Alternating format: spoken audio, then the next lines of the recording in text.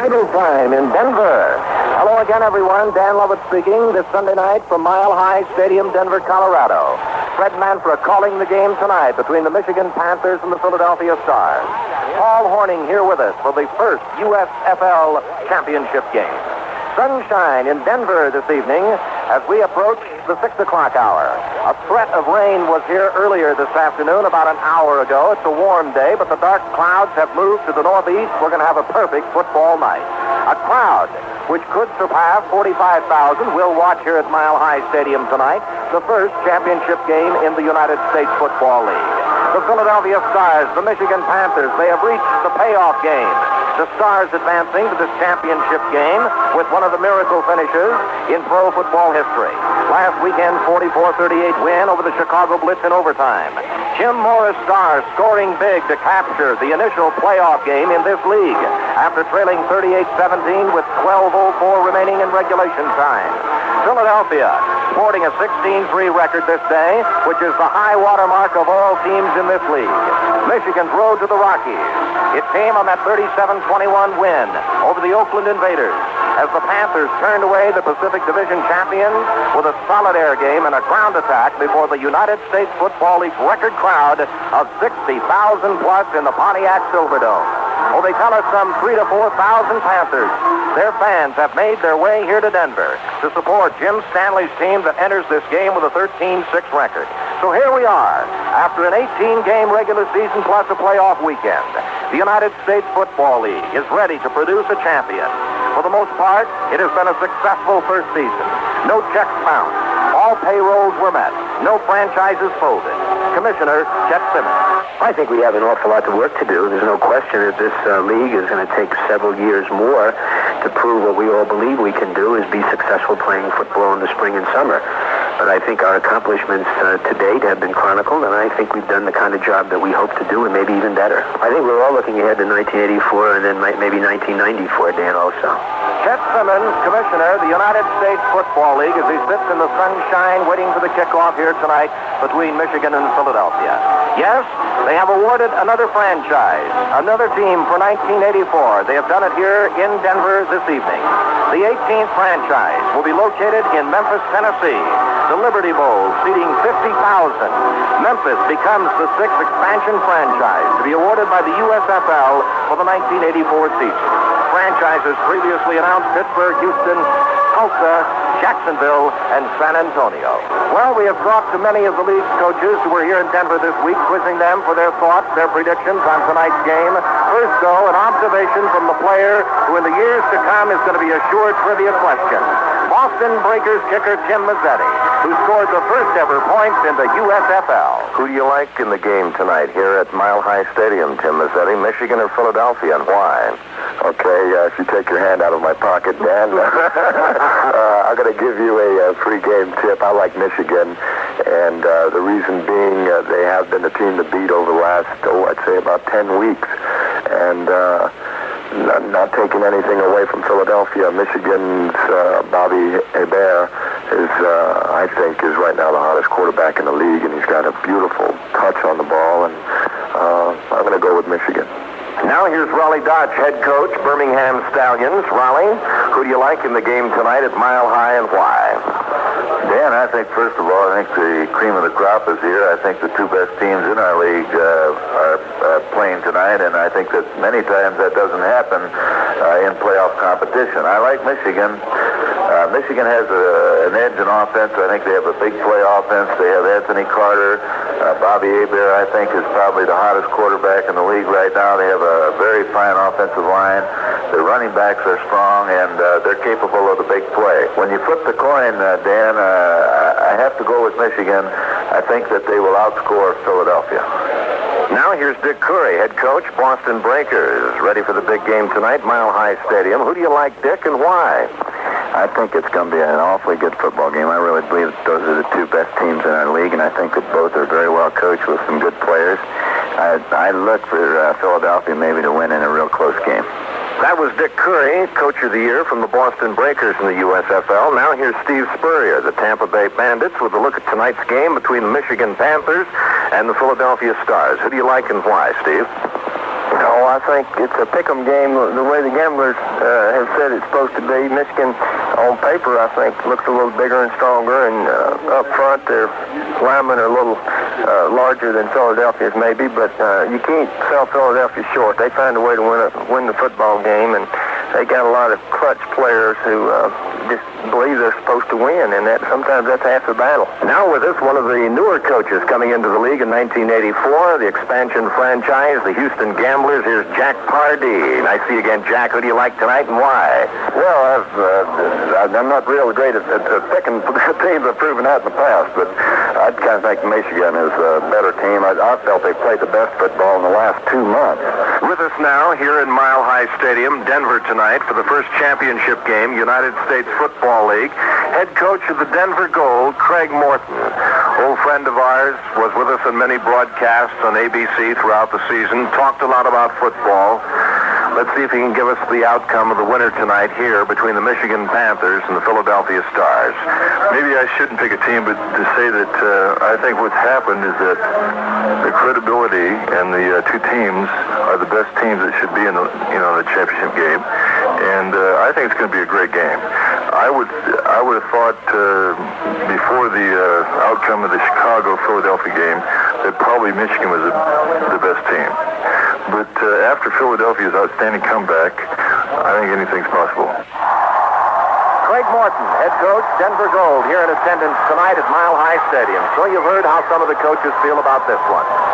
We're now going to take a break down the line here on the pregame show this Sunday evening in Denver, and we'll be back to continue. This is the ABC Radio Network. Here at Mile High Stadium now, playing the national anthem, is Al Hirt.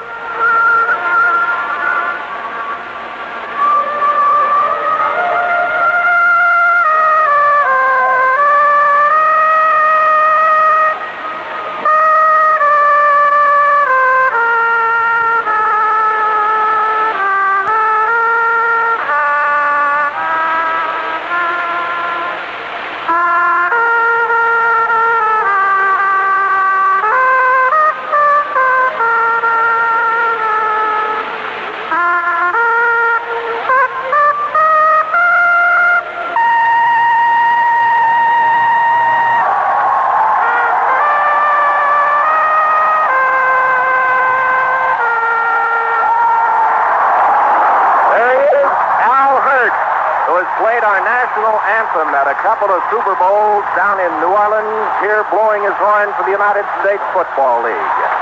Paul Hornung, of course, good friends with Al Hirt, and he's going to be aboard with us here at halftime tonight on our broadcast from Mile High Stadium. As I said, with us here tonight for the first USFL championship game, the real disciple of discipline, Paul Hornung, certainly no stranger to championship games.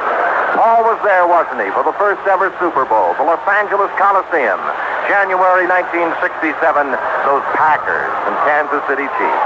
Paul, great to have you with us. It's been a super season. There were 61,000 plus in attendance that Sunday in 1967 when the Pack took the field. You were dressed out. It was not a sellout. It was not a sellout, Dan. It was an exciting game for the Packers. Of course, we were playing the AFL for the first time. They didn't expect to sell out in the Coliseum in Los Angeles, and we went on to beat Kansas City Chiefs, coached by Hank Stram. And they did it kind of easily in the second half, but it wasn't a sellout. And, of course, look what has grown out of that first game. The Super Bowl is probably the biggest extravaganza.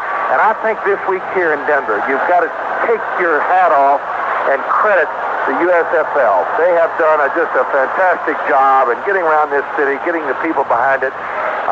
There are about 50,000 seats sold. Now, Denver is not in this championship game, and I think it's a credit to the league that we have 50,000 people here today. Well, Paul, they're calling it a pick'em game. That's exactly what it is. What does that mean, Dan? Does that mean it's even?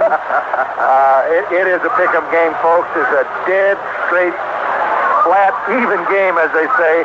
And everybody, then, that you've interviewed so far seems to like Michigan. Everybody seems to like the Michigan Panthers.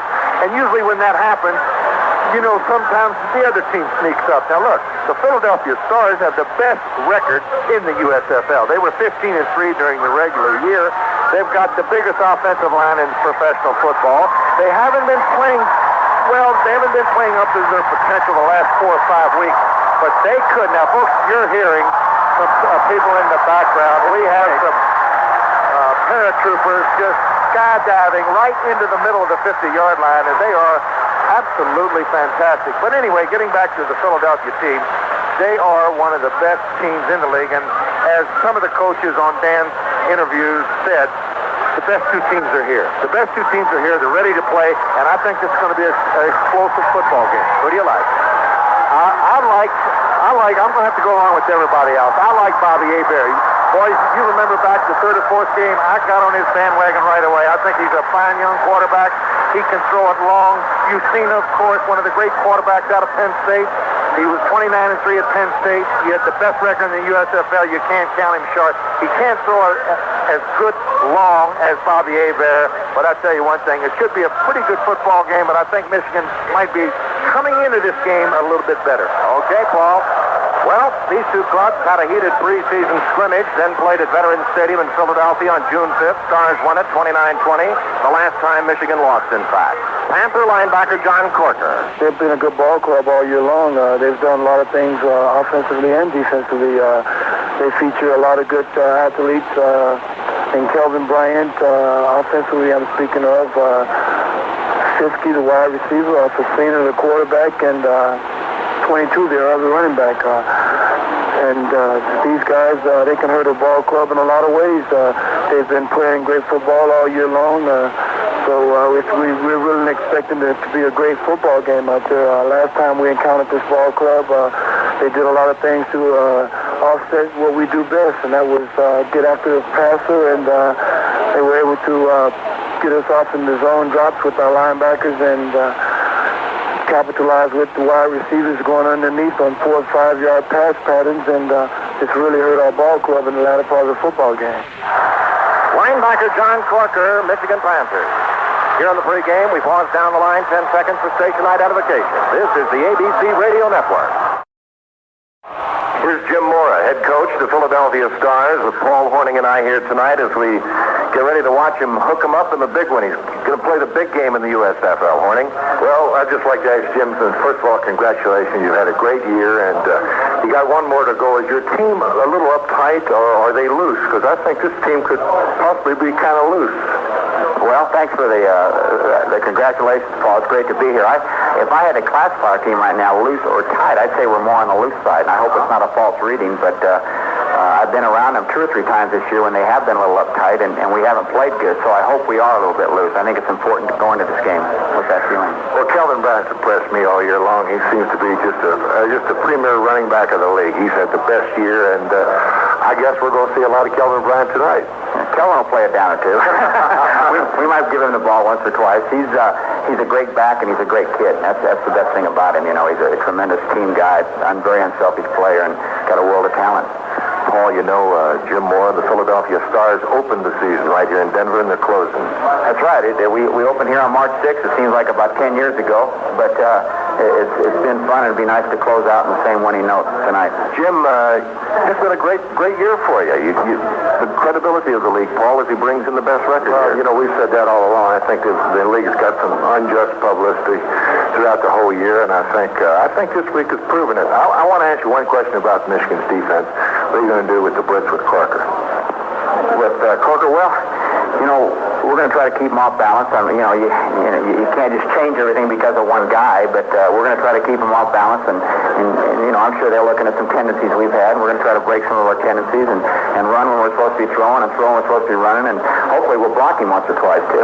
Well, I know he's anxious to play the game. We're ready to do it, so congratulations to Jim Moore and the Philadelphia Stars. Now, Paul, here's the head coach of the Michigan Panthers. They favor him in this one, the first United States Football League championship game. Jim Stanley, head coach, and going to have a go at those Stars. A lot of folks like his chances here. Well, I do, too. I think he's got the best team going in. I don't think Philadelphia's really played up to their potential the last 3 or 4 weeks. It seems that you've got your team right chewing at the bit. Well, we've been pretty lucky. I think that, you know, overall our team has progressed at about the stage you'd like to have them go. I think our chemistry of our team has been good all year. We started out with probably more rookies than anybody in the league. We were able to acquire some people with some youth that helped us along. Dornbrook, McGriff, Penny, on down the line that gave us some leadership that we had to have. Jim, you lost to this club it was your last loss, 29-20. It's a different feel. It's a whole different situation. I know you're looking at it that way. I think we've probably improved a great deal since then in many ways. Defensively, we've got two people with us that wasn't there at that time. I think that we've probably made more progress than most people up until then. I don't say that braggingly, but not because of me, but because of the players and the assistant coaches. I think overall that Philadelphia's improved a great deal too, but they had their momentum going, and I think it slid back a little bit. And certainly, if you have your rudders, you'd rather have it come along a little better each week, and we've had some of that. There's an axiom in pro football: speed kills, and if that's so, it seems as if Michigan has got a little bit more speed at the skill positions. You feel that way? Oh, I do. Look at our team, look at theirs, and of course you size it up.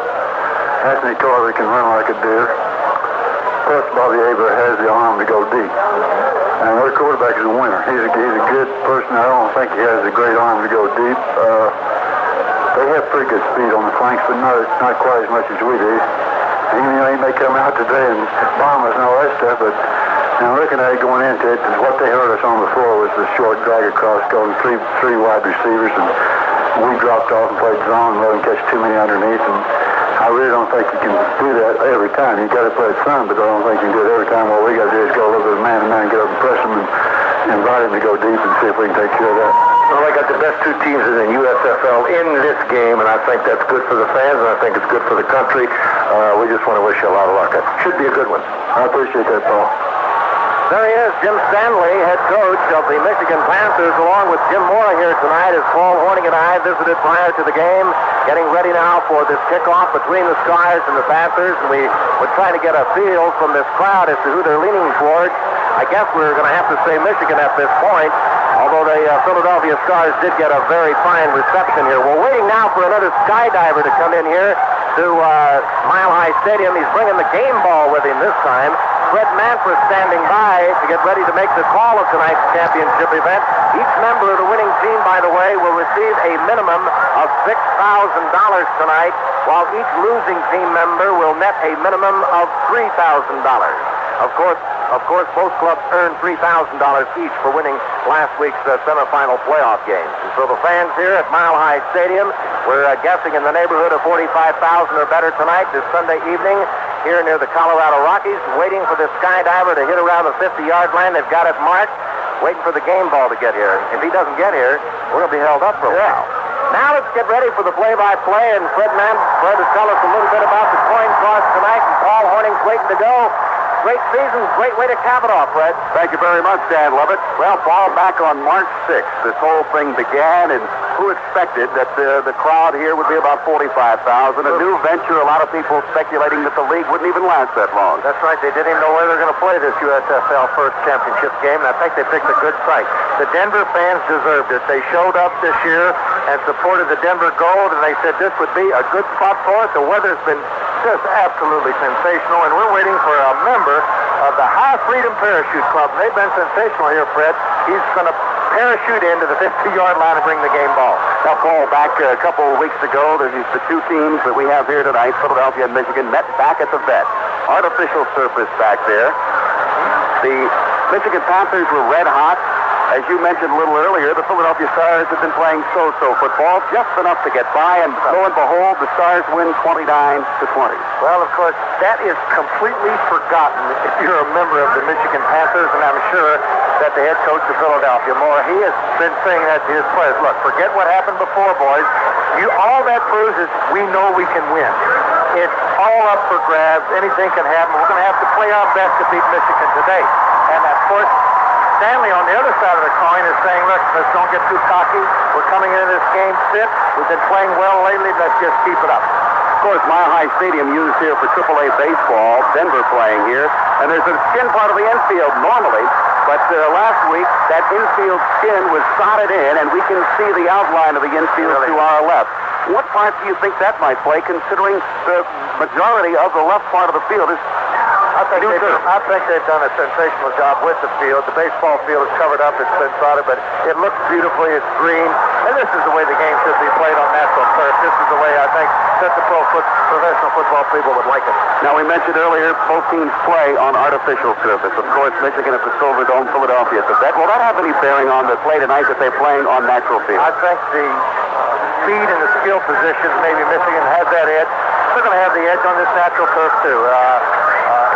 Speed is still king, so to speak, Fred, in professional football, all professional sports. Speed is really what I think coaches are more feared about. They're feared of a guy like Anthony Carter break a punt, break a kickoff. We might see him on a kickoff tonight. So now we're going to have the coin toss in the middle of the field. The new U.S. Olympic commemorative coin is being used for the official coin toss for this USFL championship game. The referee is Bill Parkinson. This is a head. This is tail.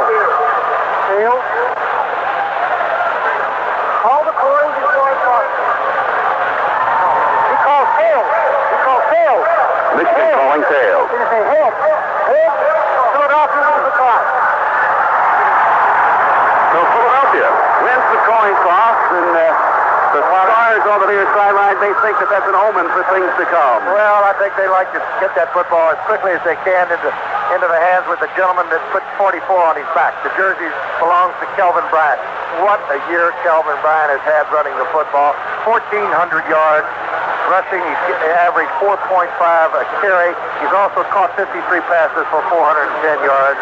He's just been sensational. Now, Paul, we saw a new wrinkle in that Philadelphia backfield last week in the overtime victory. A young fellow, Alan Harvin, playing in the backfield for the first time simultaneously with Kelvin Bryant. In fact, he had 681 yards rushing on the year, so that gave the running back position, the same running back position, over 2,000 yards rushing for Philadelphia. But Harvin was used so successfully last week with Kelvin Bryant. They're going to start them both today. And why not? It's the last game of the season.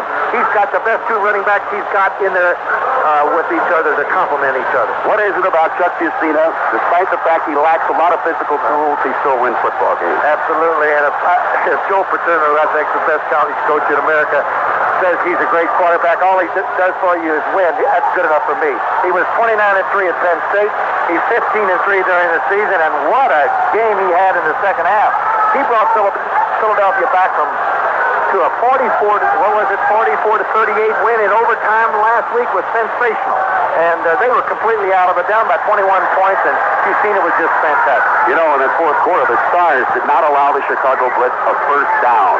Well, defense played a big part in it, no question about it. Even though it was 82 points, Philadelphia had to come through on defense to get the ball back, and they did. They got the ball 5 times in the fourth quarter, and they put points on the board every time. Michigan kicking off from right to left across your radio dial. Sucker style, Novo Boyovich. The Panthers wearing the white uniforms for visitors by designation. Back deep, standing at the 1-yard line. Alan Harvin, who had one kickoff return against Chicago last week for 23 yards. He's averaging better than 23 yards return. Kick coming to the near side, bounding on a bounds at about the 5. Flag down, will have the kick over 5 yards back. Coaches don't like to start it off that way. It'll be a 5-yard penalty. He'll put it back at the 30-yard line and re-kick. It looks as if Boyovich did not want to kick it to Alan Harvin, who was the deep man right back at the 5 to 4-yard line. Now they'll move up 5 more yards on the 5-yard penalty. Looks like he's trying to kick it away from Harvin. Harvin's the 4th best kicker of the USFL during the regular season, averaging 23.3 yards of return. His longest this year, 67 yards.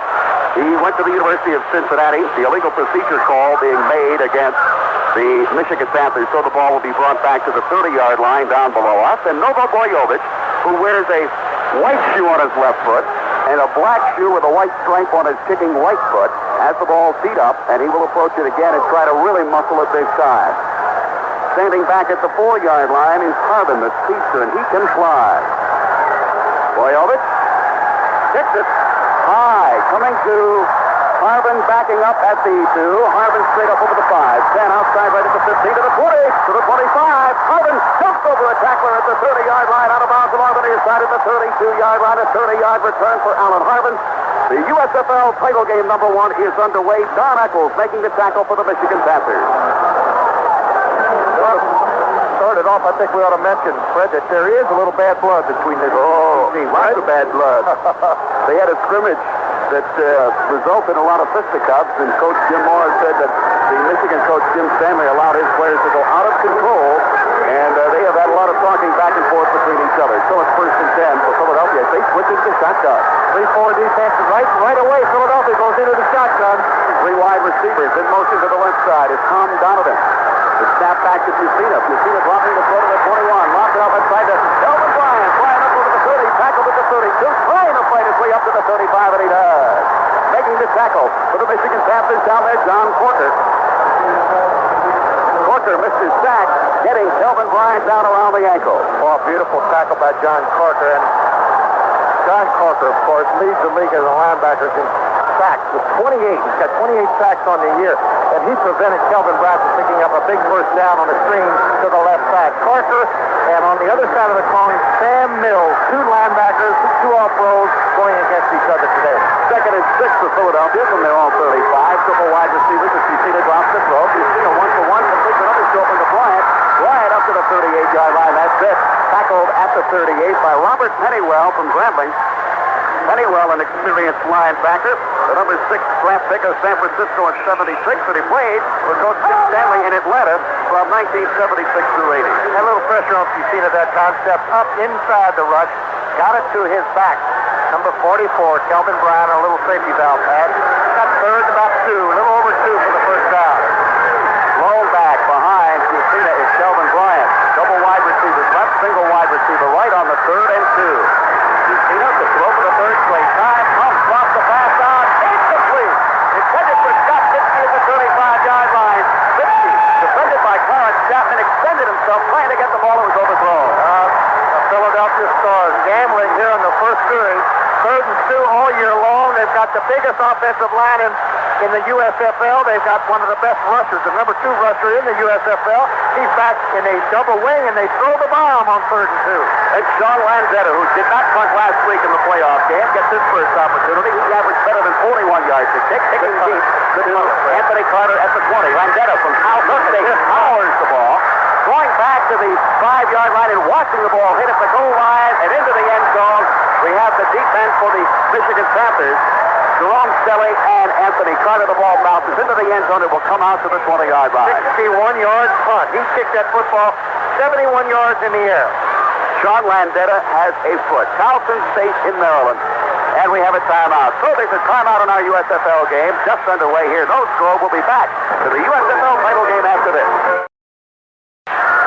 13:04 to play in the first quarter. The United States Football League Championship game. Michigan with the ball 1st and 10 from their own 20, their first offensive possession. Yeah, Michigan's going to have to go against the same type of a defense. They'll probably have a 3-man front with 4 linebackers. Sam Mills, a linebacker on the inside for Philadelphia. Here's an all-pro. He leads his team in tackles. John Corker for Michigan does the same thing Mills does for Philadelphia. They're 2 outstanding young linebackers and probably will be both all-pro. John Williams not starting tonight for the Michigan Panthers, replaced by Theo Miller at running back. Also in the backfield, Ken Lacey. Carter split wide right, Holloway wide left for Bobby there. The fine rookie quarterback out of Louisiana. Handoff right side to Miller. Miller tugging up over the 24. Still on his feet, being pulled back to the 20-yard line, but they'll give him progress for a 4-yard gain. Fred, I talked to George Dixon, who's the offensive coordinator for Michigan with Jim Stanley's coaching staff. And he said, Paul, no question about it. When we got Tyrone McGriff, Tom Dornbrook, and Ray Penny, 3 former Pittsburgh Steelers, it turned our offensive line around, and it's made young Abear the best quarterback in the league. So Miller's 4-yard pickup sets up a 2nd and 6 for Michigan from the Panthers 24. Abear with Carter wide right, Holloway wide left, handoff left side to Lacey. Lacey, a 1,000-yard rusher up over the 25. That's the first down at the 31-yard line. Tackle down there at the 31 by Mike Lush, the free safety. Lacey, great average running the football. He's averaged over 5 yards a carry. Picked up 1,180 yards during his season. What a hole on the left side.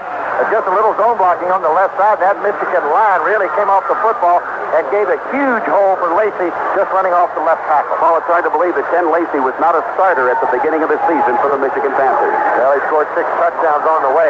Didn't score a lot of touchdowns, but he is just one good running back. Carter wide to the right side, double wing. Holloway splitting left, double tight end on the 1st and 10 from the 32 for Michigan. Quarterback Abear with a long step back behind him. Lacey gets the handoff. Lacey charges up to the 33-yard line, and then he is tackled by a gang of the Philadelphia Stars. Pick him out. Lead tackler there, Frank Case, the left defensive end from Penn State. You're not going to sell his Philadelphia Star defense chart either. Frank Case from Penn State, Dave Ofer from Penn State. There's an injury down on the field about the 35-yard line, and that pile-up picked up one. I think it's Tyrone McGriff, and they could ill afford to lose him because he's been an integral part of that offensive line for Michigan. Well, there's a timeout down on the field, and there's a break in the action with the score. Michigan nothing, Philadelphia nothing. This is the ABC Radio Network. Tyrone McGriff is up under his own power, walking to the far side to the Michigan Panther bench. Taking his place will be Greg Fairchild, a 4-year pro from the University of Tulsa. Paul, if McGriff does not come back in, that's going to be a tough loss for the Panthers to swallow. It sure is, because those three men that came from the Pittsburgh Steelers that I said really have meant the difference in that Michigan offensive line. They just protect Hebert so well. He's only been sacked 20 times all year long.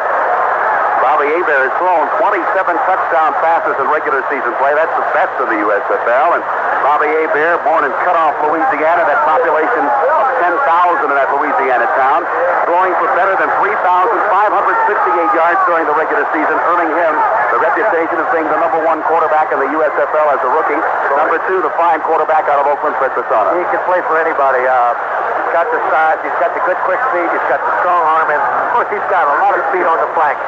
The cornerbacks just really got to be careful in a game like this with Holloway and Anthony Carter, two guys that can completely blaze it. I would see that they're going to have to roll up a zone on both sides for these guys, and there's a double zone. On a 2nd and 9, Draw play to Lacey outside left, Lacey up over the 35, and out of bounds along the near side at the 40, a couple yards shy of the first down.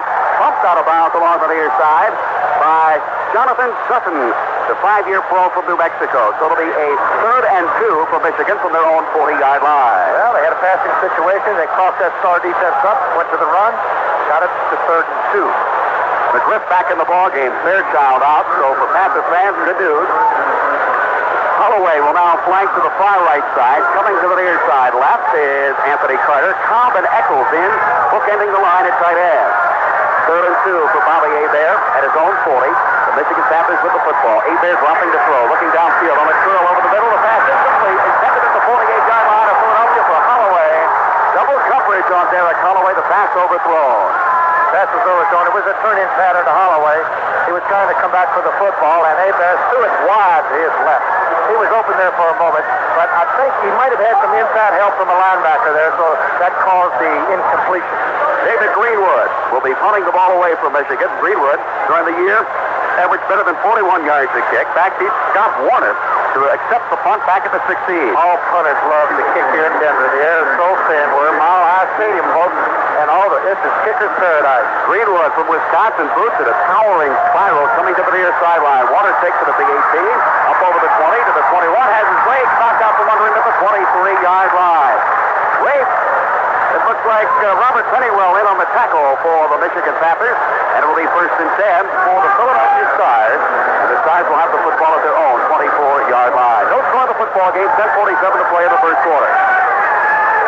Chuck Jusita, the man directing the Philadelphia Stars attack, with 22 of 33 versus Chicago last week for 254 yards, 3 touchdowns, and 4 big interceptions that hurt early. Now they're in the offense they like. They're out of the eye with Kelvin Brown at the deep back, and they like to throw pitches to him and let him cut against the grain. Harvin, the up back in the eye on the first. Pitch outside as you call this ball. Block from Harvin. Bryant up over the 25 to the 30, and out of bounds at the 31-yard line. Kelvin Bryant being pushed out by Ray Bentley, the fine linebacker for the Michigan Panthers. They had big number 75 in front of him, Irv Eastman, the former All-American out of UCLA. And if he isn't big, what is he, 285, 6 foot 6, 280 pounds. That offensive line for Philadelphia, folks, average is right there at 280 pounds. So Kelvin Bryant, who had 142 yards on the ground last week against Chicago, picks up 6, 2nd and 4 for Philadelphia from their own 30. Hand off again to Bryant. First down for Kelvin to the 34. Bangs into a man at the 34, then up to the 35. A first down for the Philadelphia Stars at their own 35-yard line. And the first series, the Stars went to a lot of short passes to Kelvin Bryant. Now they give him the ball in the gut and let him run with it. They go back to what they can do best. Give the ball to Bryant and let him break it.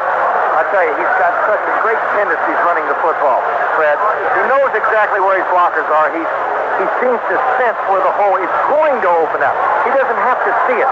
He senses the flow of these blockers in front of him. He's a very intelligent runner. From the 35 of Philadelphia, first is up with the Stars. You see the short drop. Pass to his tight end Folsom. Folsom up over the 35. Spinning has the first down at the 46-yard line of the Philadelphia Stars. Steve Folsom making the reception. Short passes. The passes that play Michigan against Philadelphia the first time, coming back to haunt the Panthers again. Well, that's just trying to nickel and dime him with a little pass offense. That went to the big tight end. Folsom, as you can see, doesn't have much speed at all. He looked a little cumbersome with the football, but he got the first down. That's what Fusina does. All of a sudden, you look up and he's got 7 points on the board again. High behind Fusina. Pitch to the right side. Here comes Harvin. Harvin motoring with a flag down inside Michigan territory at the 49-yard with a flag back at the 46. David Greenwood, the strong safety for Michigan, running him out of bounds. They had a double team on the nose tackle. Dave tipped him, and they got a foul against the Philadelphia Stars. David Greenwood made some waves here in Denver earlier this week. They asked him, would you consider going to the NFL? He said, sure. New Orleans. In fact, he wants to go. That's right. And Jim Spavital, the general manager of the Michigan Panthers, said as soon as I heard that. Well, the hold there against Bart Oates.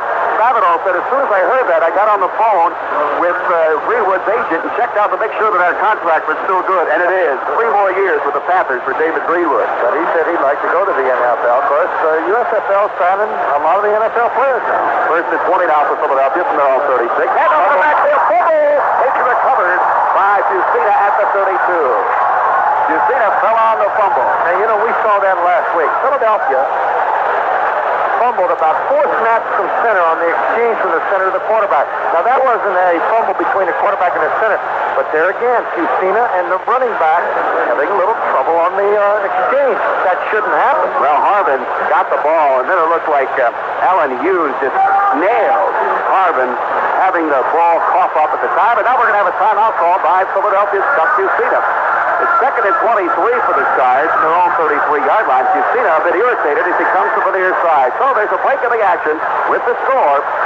Philadelphia nothing, Michigan nothing. We'll be back to the United States Football League Championship game in Denver after this.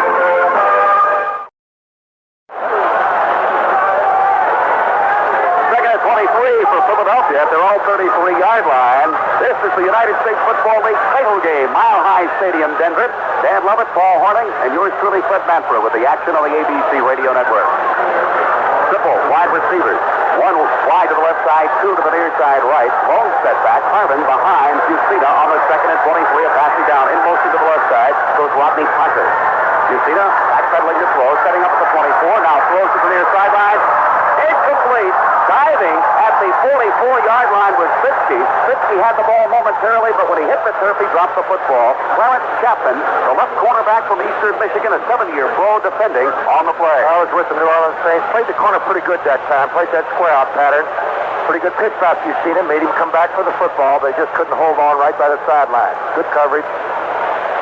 Big play upcoming, hopefully, for the Philadelphia Stars in their minds as it's a 3rd and 23 from their own 33-yard line. Back split. Herman and Bryant behind Fusina. Triple wide receivers, 2 right, 1 left. Fusina to throw. Backpedaling. Pressure. Drops the ball downfield. Incomplete. The pass was intended for Collier at the 40. Back there defending as the ball was underthrown was John Arnott and the blitz guy. And the reason it was underthrown was exactly right, Fred Manfra. It was the blitz. They got a hold of Fusina's jersey. He couldn't get the pass down deep to the post. It was underthrown and incomplete. It looked like that big number 57, the sack man, John Corker, in with the pressure. Well, they love to throw John Corker in on the blitz. He leads his team with blitz. 28.5 sacks he had better than blitz coming in. Anthony Carter standing back at the 23-yard line of Michigan. Sean Landetta, who just booted one before, a rocket, awaiting the snap on the 4th and 23 from the 33 of Philadelphia. Landetta gets it. It's a low spiral this time. Carter on the run at the 20, to the 25, up to the 30, centers up there, outside at the 35, and out of bounds here at the 38-yard line. Will be first and 10 for the Michigan Panthers. Low spiraling kick. Anthony Carter, one of the most dangerous men in college football history at the University of Michigan, now returns the punt and gives the Panthers good field position almost near the 40-yard line. Well, this is United States Football League Championship football, and there's a break in the action with 7:51 to play in the first quarter with no score. This is the ABC Radio Network.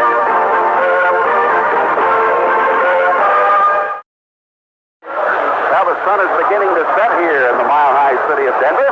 Beautiful city. No score in the football game. The Michigan Panthers with the football. First and 10 from their own 38. And so far, each team like a couple of boxes in the ring, feeling each other out. I think we're going to see Bobby Hebert start to air it out a little bit more now. Carter wide right, Holloway wide left, back foot behind Hebert in the backfield. They call him the Cajun Cannon, Bobby Hebert. He gets the snap, fakes the handoff to Miller, dropping the throw to 30 downfield. Carter off his fingertips at the 48-yard line of Philadelphia. Anthony Carter leaping when he really didn't have to. Now, Antonio Gibson was there on the defense. He tried to catch in his hands with a beautiful pitch, play action, just roll out right with Bobby Hebert. And he had Carter. Carter had beaten Antonio Gibson, the defensive left cornerback for Philadelphia. Of course, Gibson, you must give him a lot of room. You got to give Carter a lot of room over there because he runs by you at 6 points. They were playing him deep, and Carter just did a little turnout, was wide open for about 17 yards, and he dropped it. Second and 10 for Michigan from their own 38. Miller and Lacey split in the backfield. Holloway near side, Carter wide side right. 7:44 to play in the first quarter, no score. Bobby Hebert again to pass, dropping to the 30.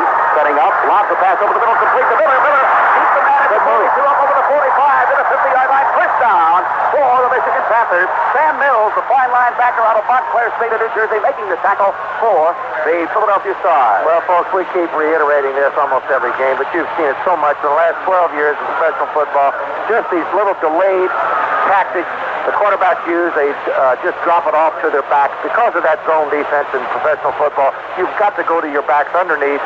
And that time, Cleo Miller made a fine move on the linebacker and got the first down. Ball at the 49 of Michigan. They mark it. Carter wide right, Holloway wide left. Again, Miller and Lacey split. Fake handoff to Lacey, dropping the throw as Hebert. He slips, and he tosses the ball. Whoa! Incomplete. Intended for a diving Holloway at the 20-yard line of Philadelphia. Just overthrown. Holloway quit running. Holloway thought that Bobby Hebert had slipped, I think, and just slowed up for that instant. Bobby Hebert displaying the strong arm he's got. He got his balance back and just threw a bomb down the left sidelines, and I think it could have been the fault of the receiver that time, Fred. If he would have kept running directly down the left sidelines, that pass would have been perfect. Bobby Hebert, believe it or not, Paul, had a threat made against his life this week here in Denver. They had to put special protection around it. Some beauties around, aren't you? Second and 10 for Michigan from their own 49. Holloway again left, Carter wide right, back split behind Hebert in the backfield. Hebert fakes the handoff, dropping to the 40. Plenty of time, clears it out left side to Lacey. Lacey on the run over the 50 to the 45. Has a first down inside Philadelphia territory at the 38-yard line. Slide down at the 37. Scott Hornung making the tackle of Kenny Lacey, the running back from Tulsa. And it looks like the penalty will go against the Michigan Panthers. Oh, big clip. They had the screen set up on the left side. Ken Lacey did a fine job getting the first down. There it is, pushing against Michigan. That'll cost them the first down. And this is something that the Panthers have not been doing recently, making the mistake in this crucial time. And there's the first down taken away by a miscue on the part of the Michigan Panthers. Ooh, what a turnaround. Instead of a first down at Philadelphia's 37-yard line, they're going to bring it all the way back to their own 40-yard line. Cross it down. Third down. Well, Holloway, who stopped running on the last pass, committed the foul that time. And it's a loss of down penalty also, so it's going to bring up third down. And they need at least 20. So we'll have Carter going wide to the right side, Holloway left. End in sight on the right side is Mike Cobb, back split behind Hebert in the backfield on the 3rd and 20 from the Michigan 39. Taking a blitz. Philadelphia's taking a blitz. Let's see if they come. Panther quarterback Hebert has Lacey step up right behind him. Now Hebert dropping the throw, setting up the 32. Gone with a pitch long, complete to Carter. Go to the first down at the 43-yard line, but out of bounds. They mark it at the 44, but it's going to be short of the first down in Philadelphia territory. Very important pickup here because depending on where this punt goes out of bounds or if it's returned, they got about 17, 16 yards back. So it's going to give the punter a little bit of a much better chance, Fred, of kicking his football and putting Philadelphia back deep in their own territory. So David Greenwood, who did not have a punt block during the regular season and averaged over 41 yards a kick, will be looking to the man who's waiting to return the punt, Scott Warner, back at the 10. It's 4th and 3 from the Philadelphia 44 for the Michigan Panthers. Pretty good athlete back there. They better rest him. Snap back, kick to the near sideline. The ball will go out of bounds at about the 3-yard line. They mark it at the 6-yard line. The ball took a skip out of bounds at the 6. Now, going back, this is what I was talking about, Fred. That 17-yard pickup on the catch enabled David Greenman, like what I was talking about, to get that opportunity to kick it out. So that very, very important 17-yard pickup pass to Anthony Carter has enabled Michigan now to have very fine defensive field position. Well, we understand at kickoff the temperature was 85 degrees, but it feels rather humid here in Denver. It's a beautiful day. Well, I tell you, it's so clear out here. My man DeVito, sweet Kentucky babe, Dave Morelli took me to play golf today down at a place called Perry Park. Might have been the best golf course I've ever seen in my life around here. Well, there's a timeout down on the field. Now we can talk about your golf game. I understand you would like to play in this altitude here every day. You talk about kickers liking it. The golfers like it out here. You can hit a ball a mile around here. But anyway, this is a gorgeous area, and we've had a wonderful time. The USFL, the Denver people, Craig Martin and Denver Gold, has showed everybody around this week. And we've had a real fine time. The group of ABC Radio has just been wonderful for me and my wife, and we want to thank everybody taking a shot at that. Well, we have 6 minutes, 33 seconds remaining in the first quarter. So far, no score. Everybody expected one of these high-scoring, slinging the ball all over the place kind of ball game. That's right. We got 6:30 to go still in the first quarter. But, you know, that's sometimes we see that. Teams just playing back and forth for the first quarter. All of a sudden, both these teams have come out of the doldrums and start putting some points on the board.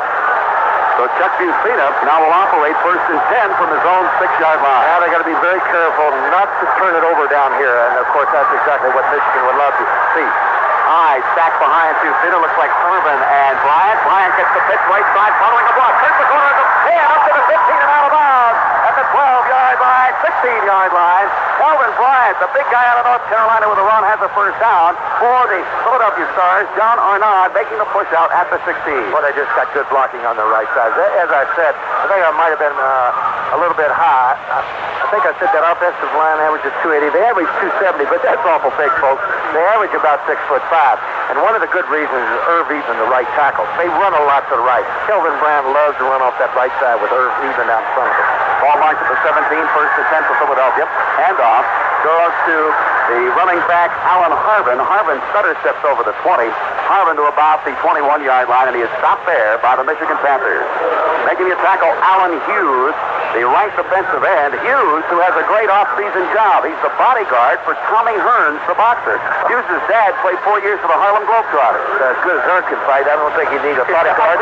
Anybody, for heaven's sake. Well, Hughes, 6'3", 260, you wouldn't want to mess with him. No, I'd rather mess with him than Hearns. 2nd and 7 following the 3-yard gain on the 20 for Philadelphia. 5:51 to play in the first quarter. Man in motion left side. Hand off to Kelvin Bryant. Bryant cup running as he gets to the 22, and that is about it. David Tipton, the nose tackle there for the Michigan Panthers. David Tipton, who was signed by the Michigan Panthers after he worked as an iron worker in North Dakota. I think I'd trade playing football for being an iron worker. This is having fun. They're having fun down there. Listen, folks, this is a young league. This is a young team. The Michigan Panthers have 28 rookies on their roster. Philadelphia has 23. So what I call a rookie is coming right out of college, a rookie, or 1 year in the league. A lot of that 1-year veterans are not much. 35 for the Philadelphia Stars. They're all 22. Busina with a quick pass, incomplete. Intended for Willie Collier. Over the middle, it was overthrown. So it'll be a 4th down, and Landeta will kick for the 3rd time this afternoon. The first time he kicked a skyrocket. The 2nd time a low-line drive that Anthony Carter was able to return. And one of the most exciting plays, of course, in football is the punt return if it's executed right. They've got the right man for it, Anthony Carter. And Landeta gets the ball away. Powering ball this time. Carter retreating, calling for the fair catch at the 23. Bobbled the ball, but made the catch at the 23. That ball was just skyrocketed by Sean Landeta, and Anthony Carter called wisely for the fair catch at the 23. That little 55-yard punt from the line of scrimmage. Take it any time. Boy, he's a good punter. You know, he went to that, mentioned earlier, Townsend State. It's not a big school, but you find some of your best kickers, your specialty players, from small schools. Look at Novo Boyotis for the Michigan Panthers. He played his college football at Central Michigan. Started out as a soccer player. Wide to the right side on the 1st and 10 for the Panthers from their own 24 is Holloway. Carter wide to the near side. Back split behind Abear in the backfield. Don't score in the ball game. 4:56 to play in the first quarter. Hand off to Miller. Coming to the near side left. Miller at the 20. Gets away from the tackler there. Up over the 25 to the 26-yard line. Scott Warner had him back at the 20, but Cleo Miller fought away from the tackle to get up to the 26. Finally, John Brooks corralled Cleo Miller, the veteran running back, who attended Arkansas Pine Bluff. Well, he turned a 3-yard loss in a 2-yard gain. Scott Warner playing the strong safety in that Philadelphia Star defense. The former All-American at the University of Georgia. He's got 8 interceptions on the year, and he is a fine, strong safety. Holloway right, Carter split left. Back split, Miller and Lacey in the backfield behind Abear on the 2nd and 8. Bobby Aware awaiting the snap from Wayne Radloff. Hands off right side to Lacey. Miller throws a block. Lacey turns at the 30. Up to the 35 to the 36-yard line. First down for the Michigan Panthers. Good block thrown by Cleo Miller. Boy, did you see him put his head down and run right over Antonio Gibson, the left cornerback. Lacey, real good, hard running. He knew exactly how many yards he needed for the first down. Oh, that's what you like to see in a running back, Fred. Boy, he just turned it on. He saw those first down markers, and he wanted it. One of the highlights for Ken Lacey this year, May 16th versus New Jersey. 156 yards on 22 carries, 70 yards better on the night than Herschel Walker, and he really treasures that night. Imagine. 1st and 10 for Michigan from their own 35. Holloway and Carter split left this time, end inside right side. Abear fakes the handoff to Lacey, dropping the throw at the 26. Going off for Carter. Carter off there. Almost intercepted by Warner at the 15. Off the fingertips of Carter after the tip. He could have had it. He had it right in his hands. What a bomb. Bobby Abear showing that good, strong arm. Play action, first down, and he just let it happen down the left sideline. Anthony Carter had his man beaten back there. They had inside-outside on him and still didn't cover him. Jonathan Sutton got his fingertips on the ball possibly as Carter could not control it at the 15 of Philadelphia. Incompleted pass. It's the first big bomb of the night, at least a try for the bomb. And it was there. Carter could have had that. It would have been a good catch. It was right there. So Jonathan Sutton, who was the best man-to-man coverage man in the backfield for Philadelphia, had the assignment of Anthony Carter, and he pulled it off that time. Well, no, he got beat. What he got, the pass just wasn't right on target. He had him for about 2 steps. He just couldn't keep it going. 2nd and 10, got beat. For Michigan from their all 35. Pass left side as pressure was coming to Abear, and as Lacey caught the ball at the 30, but he was tackled immediately by John Hunting, the veteran. Out of North Carolina, 11-year veteran, played with the Philadelphia Eagles. He read the screen beautifully.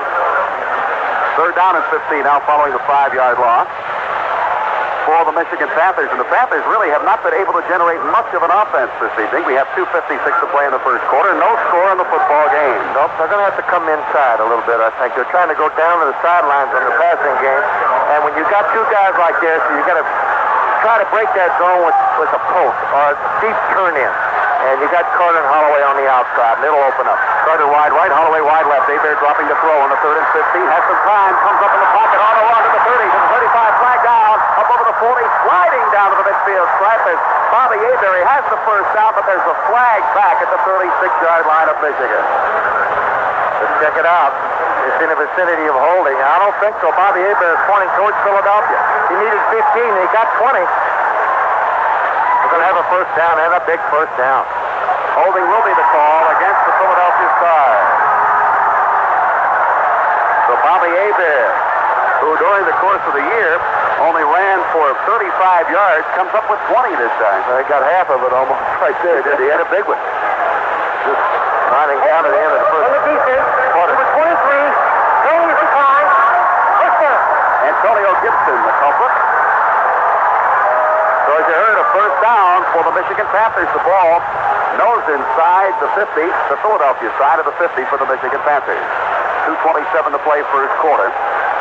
Carter will split wide right. A speedster from the University of Michigan coming to the near side left, former Razorback Derek Holloway. Back split Miller along with Lacey in the backfield behind Abear. Abear, the quarterback, awaiting the snap from Georgia's Wayne Radloff. He gets it, fakes the handoff to Miller.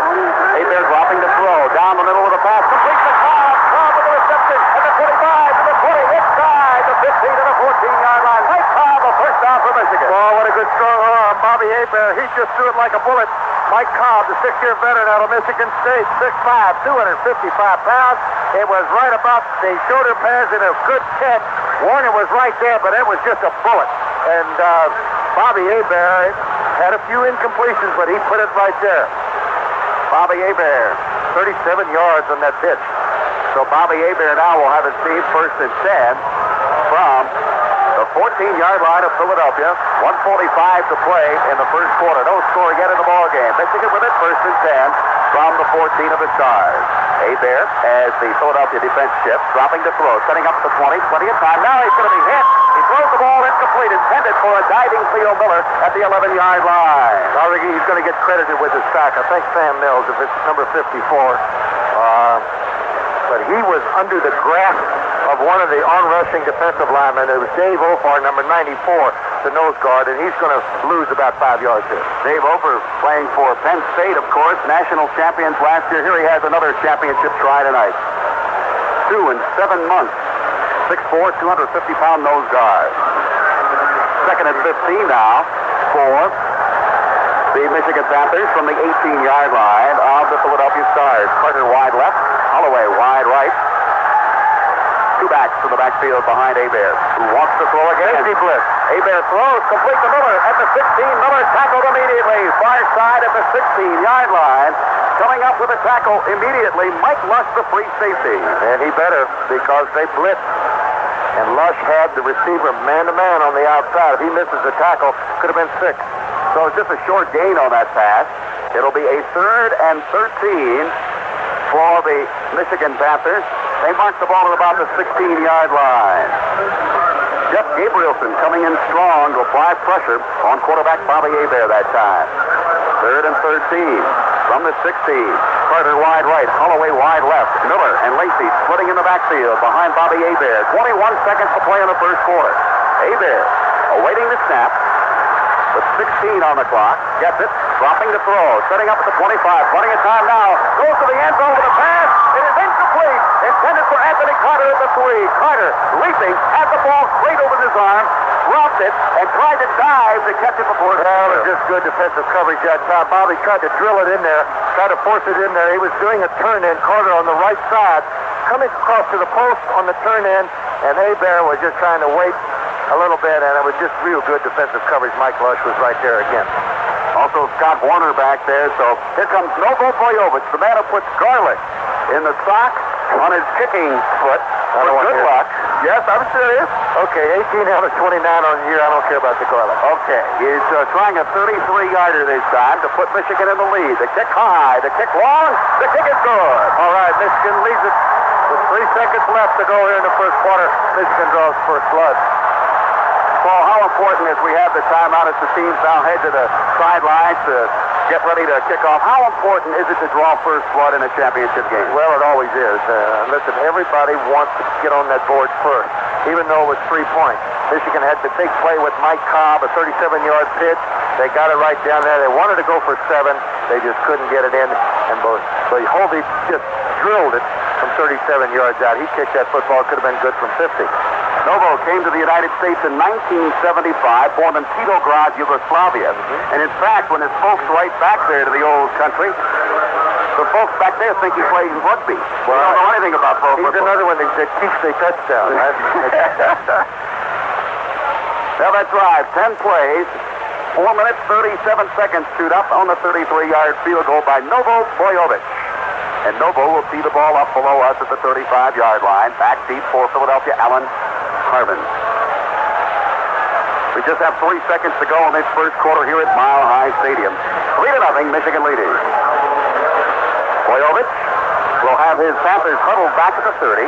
Novo in his broken English gives the... What do you think he did? Okay, men, we go down and tackle the guy with the ball. Novo probably hopes he doesn't have to tackle the guy with the ball. Boyovich with the ball at the 35.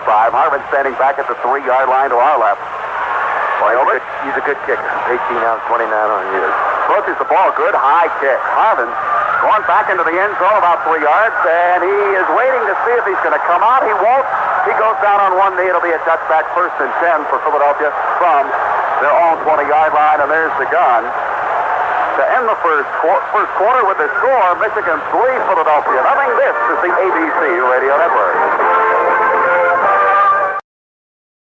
Well, we're about ready to start the second quarter here at Mile High Stadium in Denver. Dan Lovett, Paul Hornung, and yours truly, Fred Manfra, with the United States Football League's very first title game, 3-0. The Michigan Panthers currently leading the Philadelphia Stars. The Stars with the ball to start the quarter, 1st and 10 from their own 20-yard line. Paul, we'd like to welcome again around the world the Armed Forces Radio Network, more than 600 stations strong, and we welcome them to our broadcast. And we have been very happy to have them along the way for many games. I think last week they heard the Philadelphia game, that exciting game with the Chicago Blitz, and now we're back with the championship game, fellas. We hope you enjoy it.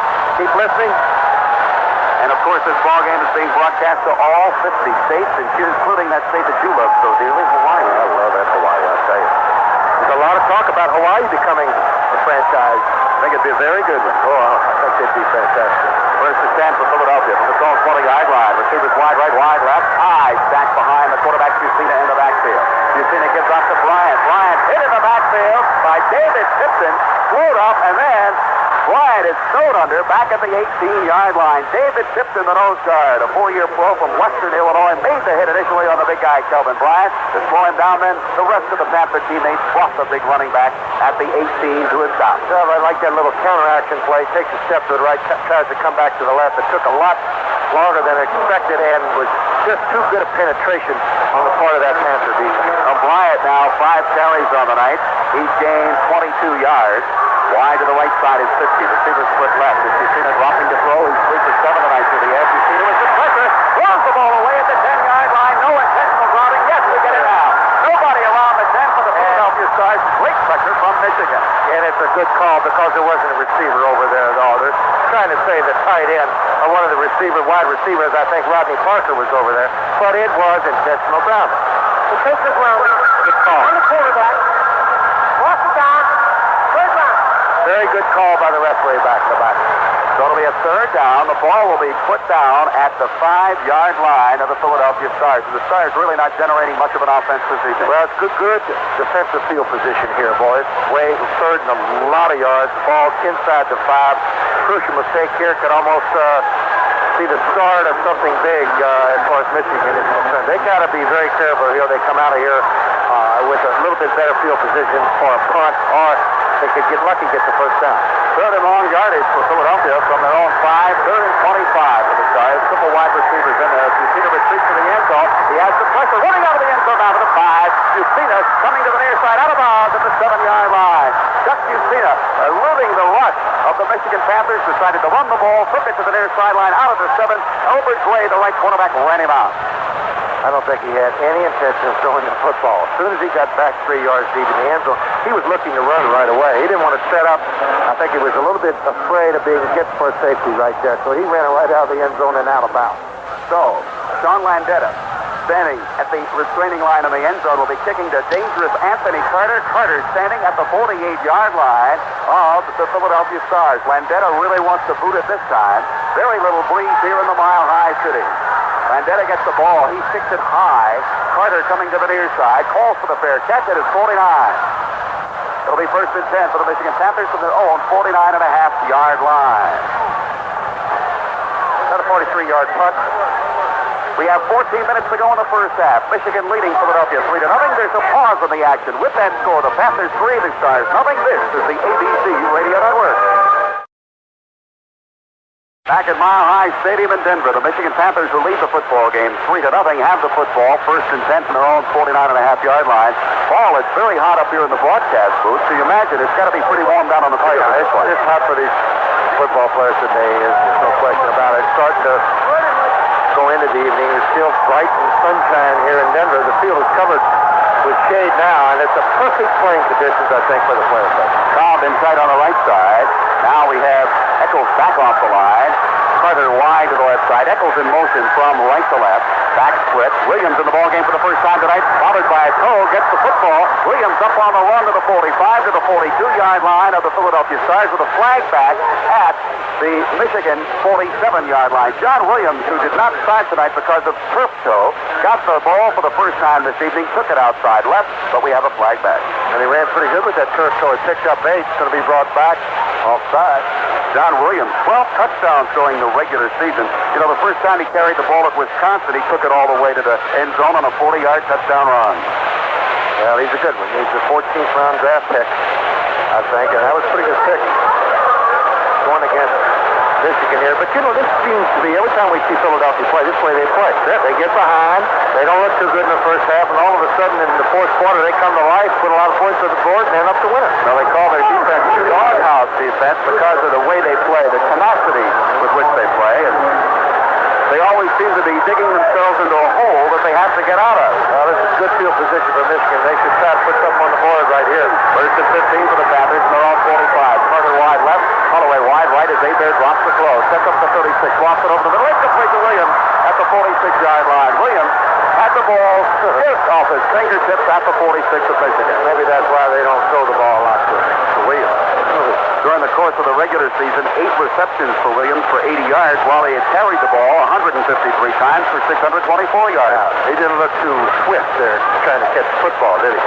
Bobby Abear, 5 of 12 today, passing. Not a great day for Bobby Abear, but he seems to get hot late in the ball game. Yep. His tight end has been open. I think you might see him go to his tight end, Mike Cobb, again. Second and 15 for Michigan. They're on 45. Abear dropping the throw again. Abear with pressure. Throws the ball. Complete to Mike Cobb at the 45-yard line. Now they rule incompletion. Cobb was hit immediately by Scott Warner. The ball nestled around Cobb's belt buckle, but then squirted through. He's looking for Cobb all the way. The big tight end had a turnout pattern called. And he's getting a little double coverage on the inside with the linebacker and the safety. So Mike Cobb, they respect it.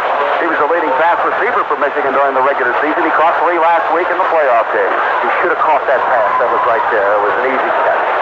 Third and 15 for Michigan now from their own 45 ball. They need a big play. They had the ball first down at the 50-yard line, and the fifth series has faltered offensively. Carter wide to the left side. Holloway wide right, back split behind Abear, dropping the throw again. Bobby lost the pass. Complete to Williams. First down. Carter spinning to the 34-yard line. Tackled there by Mike Lark. Well, they needed 15, and they got 20. Seems as if Bobby Abear, so far here in the first half, has been able to come up with a couple of big plays. One to Mike Cobb for 37, and now one to Anthony Carter for 21 yards. The ball at the 34-yard line of Philadelphia. First and 10 for the Panthers, who lead in the football game 3-0 with 13:07 to play in the first half here at Mile High Stadium. This is the United States Football League title game.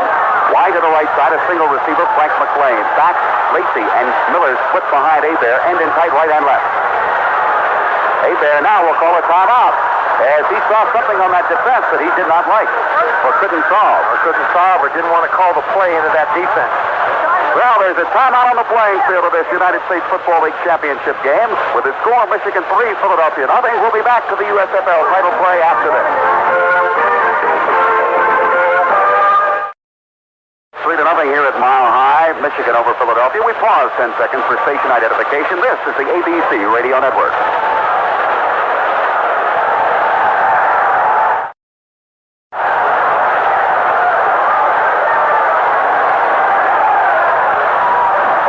Michigan leading on the scoreboard and in total yards, 130 to 46 for the Stars. Well, that's good and bad. Michigan's got the yardage battle won easily here so far. The first half. They've only got 3 points up on that board. I think it would behoove them to put 7 points on the board now. If Philadelphia holds this team to a field goal in this drive, the defense will have done a good job.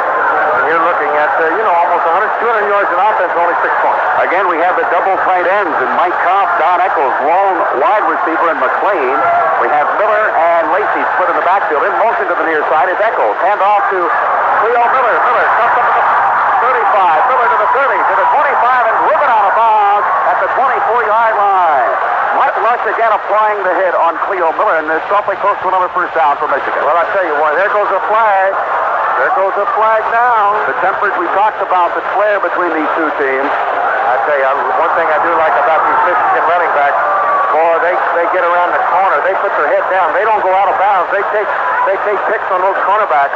This is going to go against Michigan for jawing. A very stupid penalty here for the Michigan Panthers. They had a 2nd and 2 at the 25-yard line, and he said something to the referee. And now they call an illegal pursuit.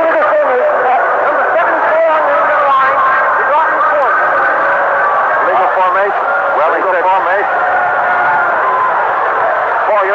want to talk here about a lethargic attitude, who cares attitude about this USFL title game in Denver. Well, they sold all of the souvenirs for this USFL title game already. Well, it's going to be, looking back years to come, as I say, I was at the first USFL, and here's the T-shirt. You never know what it may be worth. First and 15 for Michigan. From the Philadelphia 39-yard line, Carter, the long line receiver, he's putting left, double tight ends again, back split behind Hebert in the backfield. Bobby to throw, setting up at the 47, pumps, he's going to be hit, and he's stopped at the 44. Coming in, John Brooks, the linebacker, to wrap up Hebert from behind and dropping. Got a stutter offense, this team.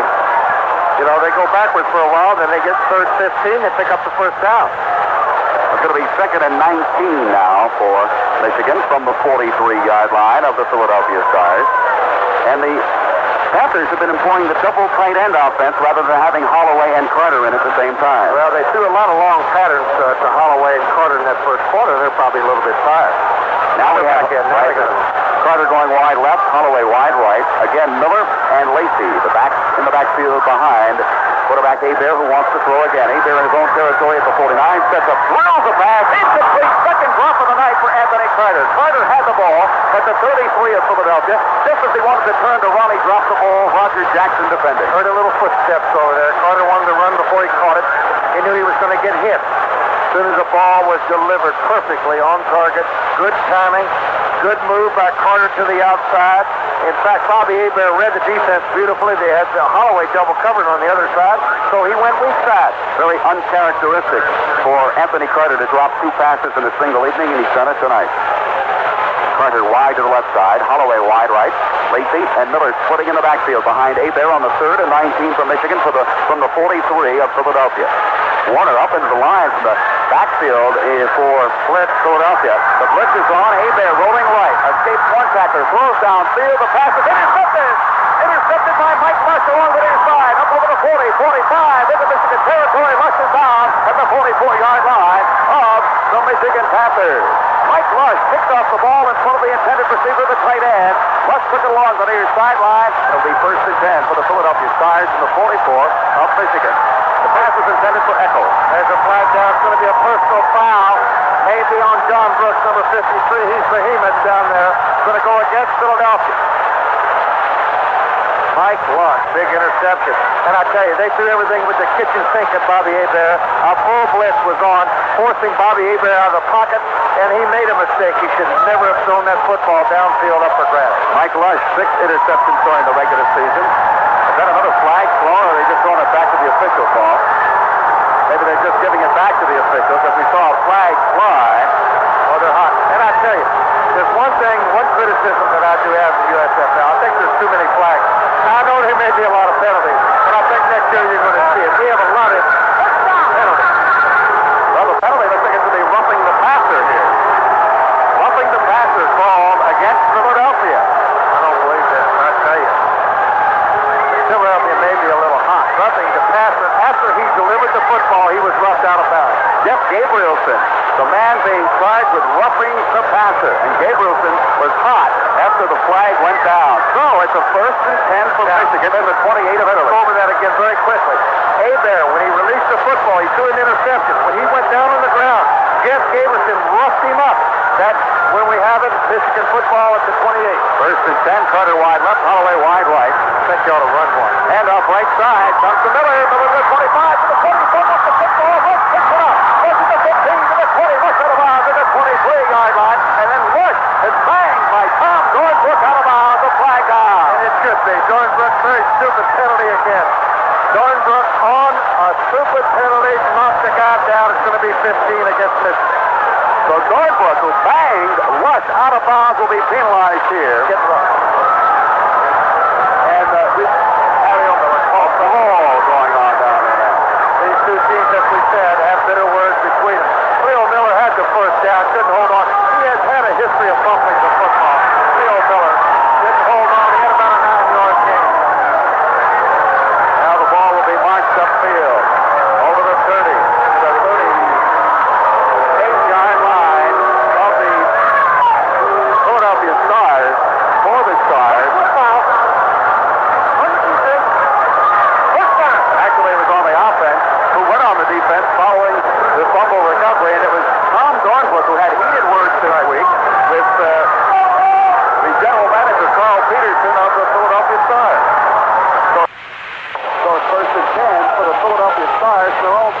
28-yard line. Justina dropping the throw. Dumps it out right side to Harvin. Harvin to the 40, to the 45. Harvin out of bounds at the 47-yard line of the Philadelphia Stars. David Greenwood pushing him out there.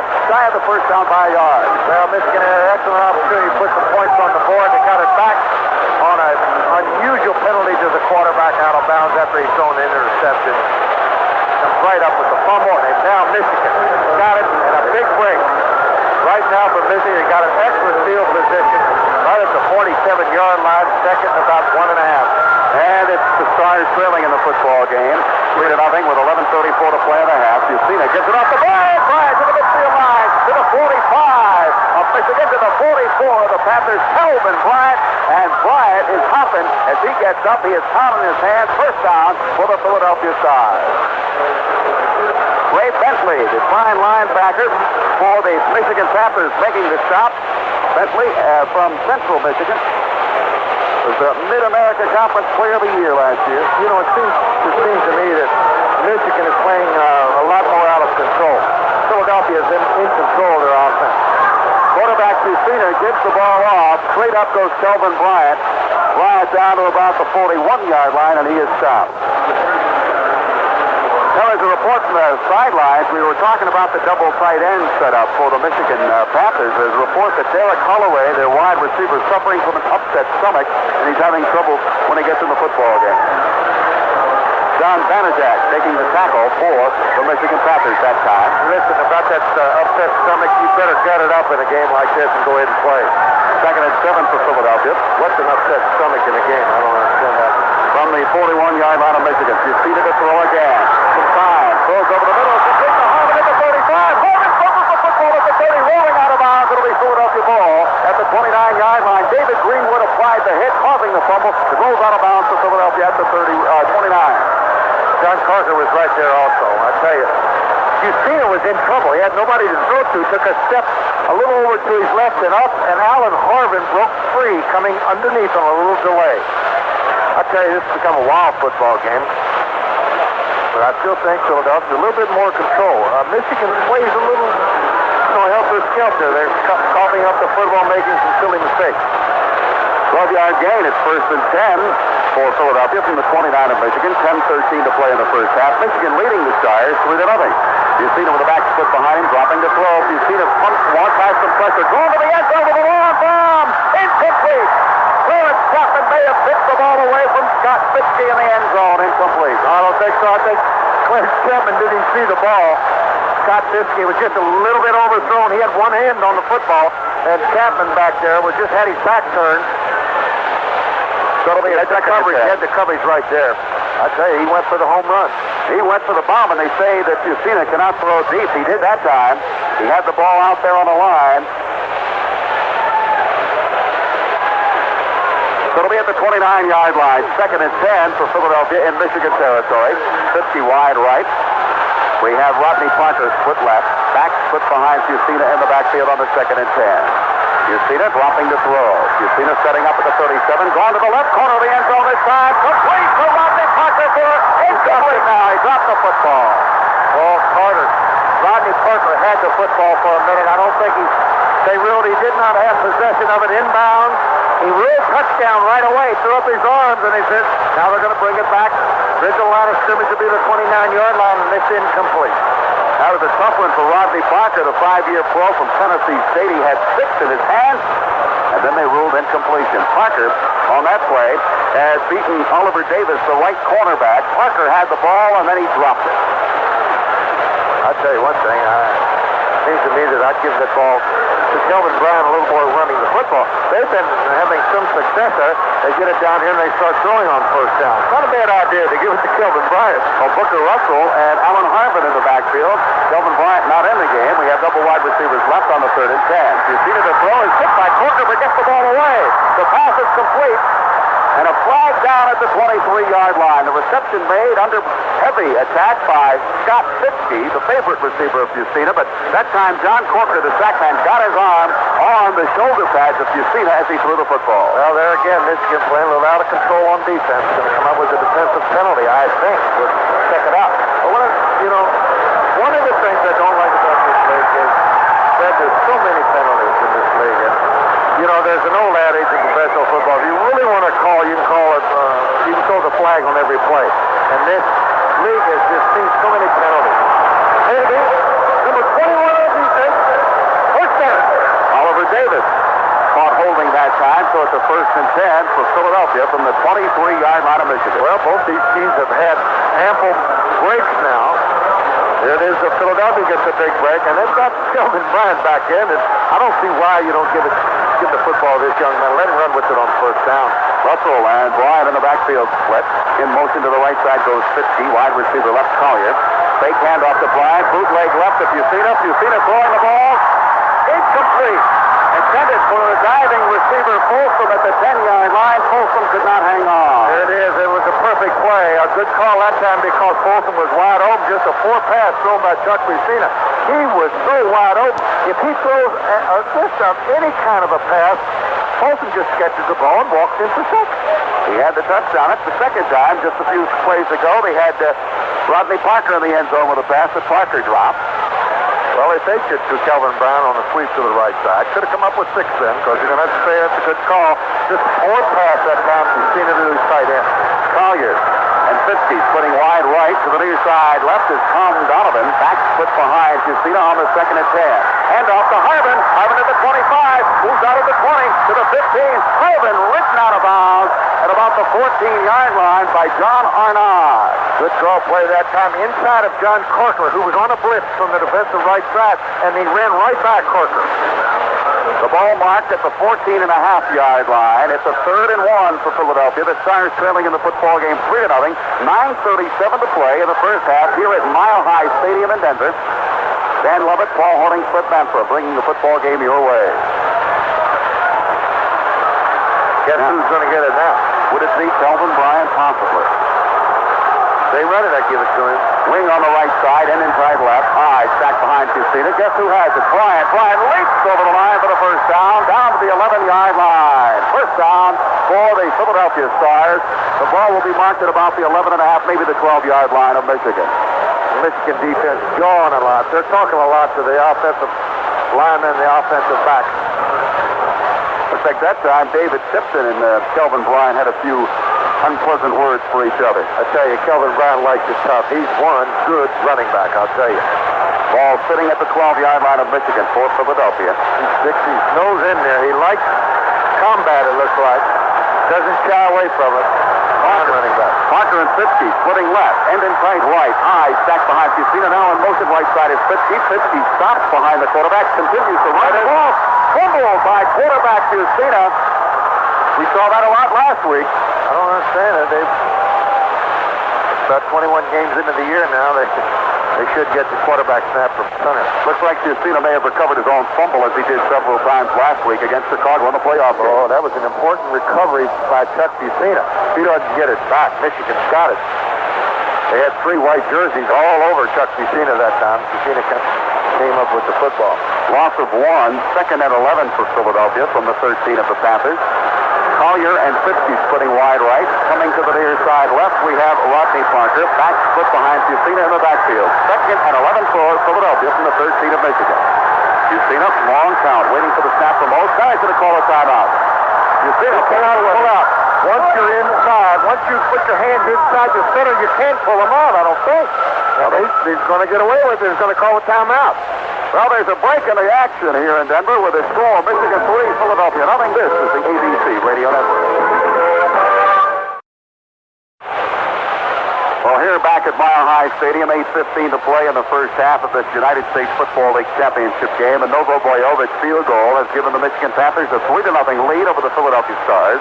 The Stars with the football, 2nd and 11. The ball at the Michigan 13-yard line. And again, the Stars plagued by the exchange from center Bart Oates to quarterback Chuck Fusina. And we understand that's happened all year long. We saw it happen last week 4 times against the Blitz in the playoffs. Back, split in the backfield behind Fusina on the 2nd and 11. We have Bryant along with Harvin. Collier wide to the left side. 2 receivers split right. Quarterback Fusina dropping the throw. Setting up the 22. Some pressure going to the end zone for 50. 50 makes the reception, but he's out of bounds as he comes down with a football in the far right corner of the end zone. Defending back there, Clarence Chapman. They're trying to work on Clarence Chapman, I think. Would you, Fred? Yes, I would. It seems like every time they try to throw an important pass or a big play pass, they're going right after Clarence Chapman. So it'll be 3rd and 11 for Philadelphia. Clarence Chapman, he knows he's being picked on as he goes to the defensive huddle, shaking his head a little bit. He's saying, boy, I sure hope they call a zone over here so I can get some inside help. 3rd and 11 for the Stars in the 3rd seed of Michigan. Double wide receivers left, a single wide receiver split right, back split. Harvin and Bryant in the backfield behind Jusina. Jusina dropping the throw. Some pressure and loose one tackle, rolling right. Jusina to the end zone with a pass incomplete. Defending back there was Clarence Chapman once again. The pass intended down there for Willie Collier. Chapman, as you said, being picked on. So David Trout, the diminutive David Trout, 5'6", 165 pounds, is looking forward to returning to Peru, to Bolivia, to become a bush pilot once again. Will begin to attempt the field goal on the 4th down. Folks, both these teams are so young, and they're so pent up, and the adrenaline's flowing, and they're playing out of control. If they could just get together and cool down a little bit, I think we see some good football. Trout, who is attempting a 30-yard field goal, gets the ball back, kicks it up to the upright, so we have a tie football game 3-3 with 7:18 to play in the first half. So there's a timeout in this USFL title game with the score. Philadelphia 3, Michigan 3. This is the ABC Radio Network. Trout, who has been bothered all week by back spasms, in fact couldn't practice one day because of the back spasms, has tied up the football game 3-3 and will be kicking off. He's a soccer-style kicker, played his college ball at Pitt, also kicked in the NFL for the Pittsburgh Steelers. He's a pretty good kicker in the NFL. He's the best kicker in this league kicking off, I'll tell you that. He usually puts the ball seat up at the 35, and I think he's got a little wind here at his back. He should put this down the end zone. Lonnell Fee to the near side right. Jerome Stelly left to our left, standing at the goal line to await the kickoff for the Michigan Panthers. 7:18 to play in the first half. Trout approaches the ball. He kicks a knuckleball, taking the football. No, dropping the ball. Jerome Stelly rolling back into the end zone. Stelly better come up with a football and come out. He better come out with a football, and they can't. Snowed under down in the end zone. Stelly touched that ball. He sure did. He was trying to run it out of there. And it's a two-pointer. It is a safety. All he had to do was pitch the ball on the football, and they would have blown it dead, and they brought it back to the 20. And again, I've seen this happen so many times in professional football. These kids don't know the rules that well. They don't go over the rules that much to them. This kid did not know the position that he was in with that football. So it'll be up at the 20-yard line where the 2 points. I thought they were going to call it safety here, and I think that's what it was called. He was trying to get up and run with the football. He was down with it, and he tried to get up and run, and they're going to call it a touchback. Well, they got lucky there. Well, we've seen them all this year. We sure have. So it'll be a 1st and 10 for Michigan from their own 20-yard line. Wide to the near side right, Carter. Holloway wide left. Back split again behind Bobby Hebert. Hebert long count. And going in motion quickly, and the flag's going down Cleo Miller. Well, he's made a lot of mistakes. He's missed a couple. He's fumbled. He just goes offside. So what they're ruling is a muff on that kick and no possession given to Michigan. I wasn't ruling. First down, offsetting penalty.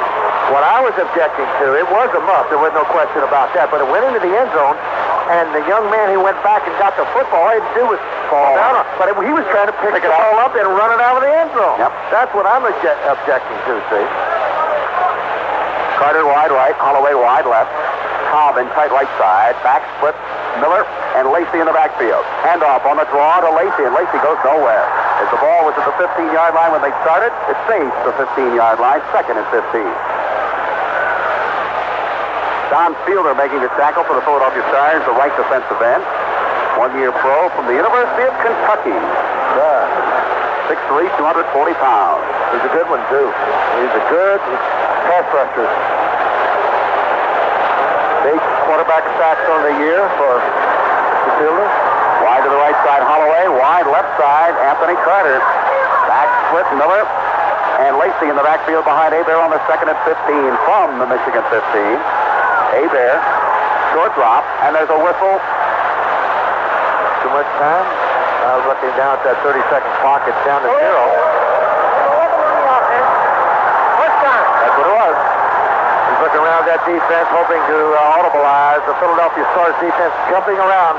Got Bobby Hebert that time. You know, Paul, during the season, having won 12 of the last 14 ball games, the Michigan Panthers look like a well-oiled football team. Here tonight, they're making up too many mistakes. They really are. This has been a mistake. Played first half. Both teams have not looked good. They actually look a little bit sloppy. And I just think that they're too anxious to do well. And they're trying to force things. They've got to calm down, Michigan and Philadelphia, too. Quarterback Hebert on the 2nd and 20 from his own 10, dropping the throw, lobs the ball out here to no one. Incomplete at the 30-yard line. Theo Miller, the closest receiver, was at the 25 along the near sideline. Jeff Gabrielson applying pressure and a hit to Bobby Hebert. So Hebert, the rookie quarterback, and that could be a key here, Paul. The nerves coming into the ball game. You don't think so? No, heavens no. 27 touchdown passes on the year. He's had a sensational year. He comes into this game, and they're just all together. This whole game has not played. The execution has not been good. We thought we'd have a much better football game than 3-3, right? Both these teams are the best teams in the league, but they haven't played well at all. 6:14 to play first half. As Paul mentioned, a 3-3 tie. Michigan with a 3rd and 20 from their own 10. Hebert, plenty of time. He's going long to Carter. Carter makes the reception. Is he in or out of bounds? They rule. One rules in, one rules out. The ball at the 37-yard line, it would be for a first down. Now it depends on which official will have the ruling. One guy ruled it good catch. One guy ruled it incomplete. They're going to rule it complete at the 35. What a break. What a break for the Michigan Panthers. They get the first down on a 37-yard strike from Bobby Hebert to Anthony Carter. 27 yards on the pitch to the left side to Anthony Carter. Boy, in that time, well, it's going to be ruled a catch. It was a sensational catch by Anthony Carter. After 2 drops, he comes up with a big one. Well, he's got the good bomb arm. I'll tell you, he can whip it. Back split Lacey and Miller in the backfield. Double tight end. Carter split wide right on the 1st and 10 from the 37 of Michigan. Hebert gives it off to Lacey. Lacey up over the 40. Look at him marching forward to the 43, maybe the 44-yard line. Ken Lacey, great effort. But Ron Bunting the tackle. Looks like he was going to pick up 3. Freddie picked up 7. Now Lacey has a lot of heart, a lot of drive. The number 6 draft choice in the USFL draft by the Michigan Panthers. Pass for a touchdown this year, a 38-yard touchdown pass to Derek Holloway in the final game of the regular season. That's something we haven't seen yet, and I think we're going to see one before this game's over with. We haven't seen any flea flickers at all. We haven't seen a reverse to any of the flankers. And, you know, you got a guy like Anthony Carter, wouldn't be a bad idea to give it to him on a reverse. 2nd and 3 for Michigan, they're on 44. Hand off to Miller. Miller ducking inside over the 45 to the 46-yard line, maybe the 47 for the veteran Cleo Miller. Sam Mills making the tackle. Where do they mark the football? First down. First down. Lacey with a carry that time. Kenny Lacey, 7 rushes, 36 yards for better than a 5-yard average, and that's what he had during the course of the year, better than 5 yards a carry. The only 1,000-yard rusher in the USFL to average better than 5 yards a carry. Carter wide right, ends in tight right and left. Back split Miller and Lacey in the backfield behind Hebert on the 1st and 10 from the Michigan 48. Hebert walks out, takes the hand off to Miller, dropping the throw, some pressure, rolling to the right side. He's going to be hit. He throws the ball complete to Anthony Carter for a first down at the 41-yard line. Carter scooping low to make the reception. Carter made a nice catch, and he may be hobbled. His left leg, it looks like he had the Charlie horse on his left thigh. Glenn Howard there for Philadelphia. George Cooper put the pressure on. Got Bobby Hebert from behind the linebacker, a rookie out of Michigan State. Putting a little heat on Hebert, but he found Anthony Carter in time for the first down, 12-yard pickup. Carter out of the football game. His left thigh looked like it tightened up as he limped off the field to the far side. 1st and 10 for the Michigan Panthers. The ball at the 41-yard line of Philadelphia. Frank McLean replacing Carter, splits wide to the left side. Double tight ends again. We have Williams along with Lacey in the backfield, split behind Hebert. Hebert fakes the handoff to Williams, drops the throw, lost the pass out intended for Carter. Hit before he had an opportunity to catch the ball. Pass interference will be the call against Philadelphia at the 27-yard line. Jonathan Sutton, the man who was a little over anxious. Good call, Fred, right on the money. Jonathan Sutton came up, put the hit on Cobb, but the ball was not there yet. And that's the timing. That's just a guess of a timing. He's going after that receiver. Looks like he's going to make the catch. And Sutton got there just a fraction before the ball. Interference. And now in the USFL, it's a little bit different. They go back to the line of scrimmage, a 15-yard penalty. And so that will mark the ball at the 26-yard line of Philadelphia. Defensive pass interference. Number 26, first down. Last time Michigan got down there, Cleo Miller coughs up the football. First and 10 for Michigan from the 26 of Philadelphia. 3:55 to play in the first half. A deadlock, 3-3. They're over 200 yards in offense. Michigan, they've only got 3 points. McLean wide to the left side. Holloway wide right. Hebert gives off right side to Lacey. Lacey on the ramble to the 20-yard line. A gain of 6 by Ken Lacey. It'll be a 2nd and 4. Glenn Howard, the linebacker from Minnesota, making the stop. 3:39 to play in this first half. Michigan working down closer to the Philadelphia goal line. McLean out of the ball game. Anthony Carter back in. It looked like he had a Charlie horse when he went out. They apparently have massaged it. Carter, 5 catches, 77 yards, and he's a big man in that offense, of course, for Michigan. Carter wide left, Holloway wide to the right side. Williams and Lacey split in the backfield behind Bobby Hebert. Hebert gets the ball, gives off right side to Lacey, and Lacey is tackled in his own backfield. Coming up with a big tackle, the veteran John Bunting. Nobody blocked him. He was blitzing on the left side. Bunting, the veteran out of North Carolina, 11 years. Nobody blocked him at all, Fred. He just nice right through and got the running back. So it'll be a 3rd and 9 now for the Michigan Panthers, and quarterback Bobby Hebert has had the knack this evening to come up with the big 3rd down play every once in a while. One good thing about an offensive line, when you give your quarterback a lot of time, especially in a situation like this, if you give him a lot of time and everybody's covered, he's got time to take off and run and get the first down when you got that good pass protection. 3rd and 9 for Michigan from the 24 of Philadelphia. Carter going wide to the left. The pass from the quarterback Hebert to Carter at the 12. Carter to his head. Carter driving to the end zone, goes out of bounds at the 1.5-yard line. First and goal to go for the Michigan Panthers. Good reception in heavy traffic. Anthony Carter. Does he go for the end zone? He only weighs 165 pounds. But I'll tell you, they're willing to step back out at the... They're marking at the 12-yard line. He may have stepped out of bounds. Anthony Carter, what a move. His 6th catch on a little square out. So they rule Anthony went out at the 12-yard line as he made the reception. But it's a big first down for Michigan. Roger Jackson, the man beaten. And a good pitch by Bobby Hebert in a square out pattern. No question. Philadelphia at halftime. We got 2:20 to go here in the first half. I tell you, Philadelphia at halftime is going to have to come up with something to stop Carter. Well, we have a timeout called now by the Michigan Panthers. Bobby Hebert will have an opportunity to go over to talk to the coach, Jim Stanley, of the Michigan Panthers. Bobby Hebert, Northwestern Louisiana State, his school. And, of course, he played there with a great running back, Joe Delaney. And during the course of 1 year, Delaney had over 1,000 yards on the ground. But Bobby Hebert threw for over 1,800 yards in the air. So they must have been quite a 1-2 combination. He sure is. He's got a good arm. He's got the good feet. And I tell you, with those 3 guys coming over from the Steelers, he's got the good offensive line in front of him now that gives him that fine protection. And the gentleman you speak of, Tyrone McGriff, Tom Dornbrook, and Ray Finney. We talked a little earlier about the feud between Dornbrook and Carl Peterson, the general manager of the Philadelphia Stars. Dornbrook was questioned about why he signed with the Michigan Panthers. He said, I really wanted to play for the Philadelphia Stars, and Carl Peterson didn't want to sign me. Carl Peterson said he wanted too much money, and then they developed into a little bit of a name-calling match, and the tempers flared again between the Philadelphia Stars and the Michigan Panthers. The Philadelphia Stars is pretty happy with their right guard, Chuck Comiskey. He's a little bit bigger, and he can run, and he's going to be a fine guard in this league. Of course, Tom Dornbrook playing in Super Bowl 13 with Pittsburgh. Ray Finney, the right tackle for the Michigan Panthers, played in 2 big ones, 2 Super Bowls. Comiskey, 6'4", 280 pounds, a rookie from Mississippi. First and 10 for Michigan from the 12-yard line of Philadelphia. Holloway wide right, receiver split wide. To the left side is Carter. He's in motion to the right side now as AC. Quarterback Hebert rolling right, has protection. Looks downfield. Nobody open. Now he lost into the end zone. Wide open, making the catch there. Holloway for the touchdown. I tell you, does he show you a little poise?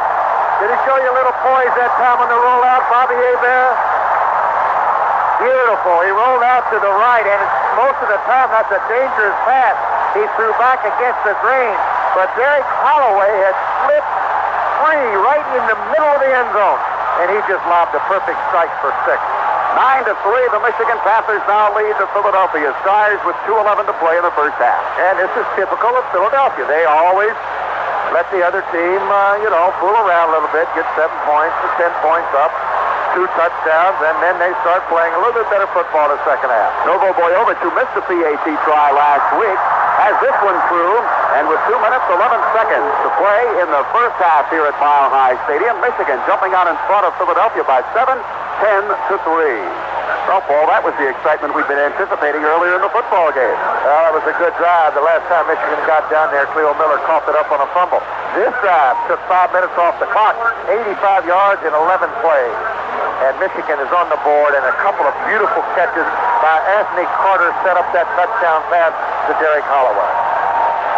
10-3 the score. Of course, coming into the football game, the Philadelphia Stars having the best record in the United States Football League. During regular season play, 15-3. Of course, with the playoff victory last week, 16-3. The Michigan Panthers, who started out at 1 win and 4 losses, came in here having won 13 games, losing just 6. I tell you, Bobby Hebert likes to go to Holloway, doesn't he? That's his 12th touchdown catch of the year. And Bobby Hebert, who threw 27 regular season touchdown passes, looked cool as a cucumber that time as he tossed it into the end zone to the wide-open Holloway. Back deep, Alan Harvin standing for Philadelphia at the 3-yard line. Novo Bojovic will be kicking into a bit of a breeze here at Mile High. Hebert was 5 out of 6 in that drive, Fred, for 64 yards and a touchdown. So he's now 11 out of 20 for 148 yards. Not bad. Bojovic kicks it high, coming to the near side. Harvin angling, goes into the end zone a yard deep, up over the 5, 10 to the 15. Harvin on his feet at the 20 now, knocked down at the 22-yard line. Alan Harvin, and we should have a 2-minute warning upcoming as Jerome Stelly, a special teams player for Michigan, makes the hit on Alan Harvin. Now, Philadelphia will have the opportunity to tie the football game or get some more points on the board. 2 minutes to play in the first half. Philadelphia trailing 10-3. You know, a lot of knocks against Chuck Fusina this year, as Fusina, they say, can't throw long, he can't do this, he can't do that. But when you look at his record, at Penn State, he led the Nittany Lions to 29 victories, just 3 losses.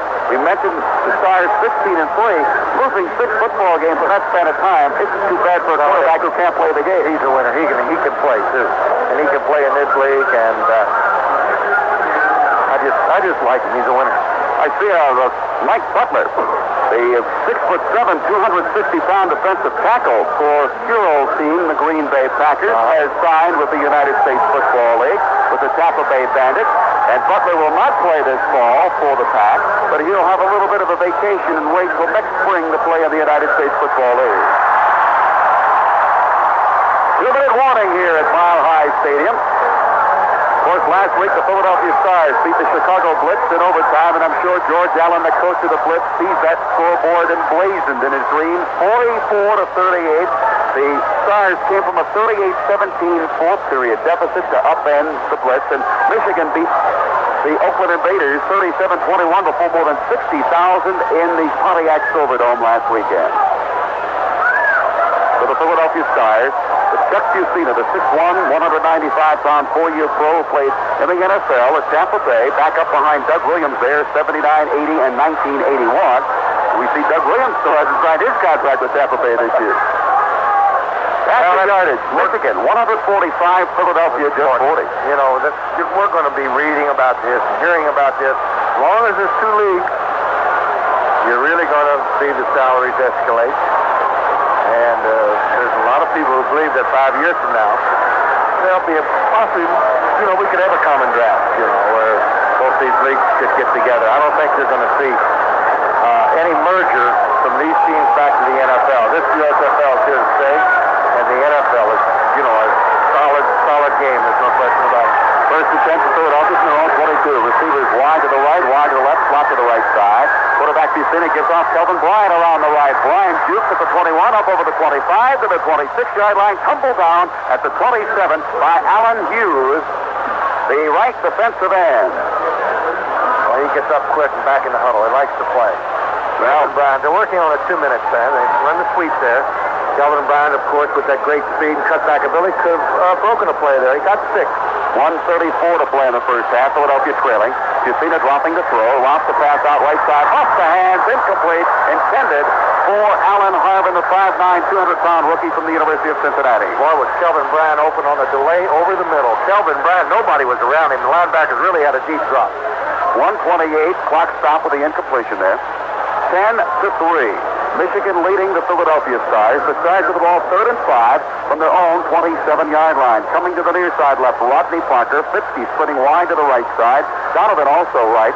Back split behind Justina on the 3rd and 5 from the Philadelphia 27. 4-man rush now for Michigan. Watch Corker, 57.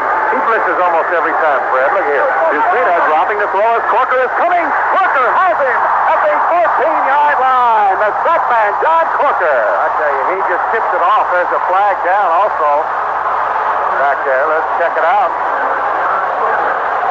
Well, they marked the ball at the 17 on the sack, and the flag was dropped back at the 12-yard line. Inadvertently, I think. It's just a yellow towel. The yellow pants of the Philadelphia Stars. They have a little yellow towel for the quarterback to keep his hands back. Sean Landeta will be kicking from the 3-yard line. Double safeties back for the Michigan Panthers. Landeta skies another one. Anthony Carter awaits the ball. He fumbles it at the 30, rolling backward. He picks it up at the 24, left side at the 25, at the 30, to the 40. Carter upended at the 36-yard line. He's quick. Flag back catch. Flag down at the 27-yard line of Philadelphia.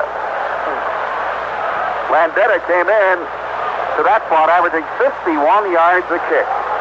Holding on the receiving team. Post-possession foul. Post-possession foul. So with 1:09 to play in the first half and a 10-3 Michigan lead, the Panthers will have that penalty tacked on to where they have the football. Post-possession foul. Holding against Michigan after Carter had received the punt. So that helps out Philadelphia, because they have plenty of time on the clock. They've got a couple timeouts left, and the ball was all the way up to the 37-yard line, so it's going to put it back about 20. Now we wait the official to march it off. Ball coming back, and as Paul called it, it's going to be back 22 at the 20. Let's see where they mark it. He still hasn't put the ball down yet. Now he goes to the 18-yard line.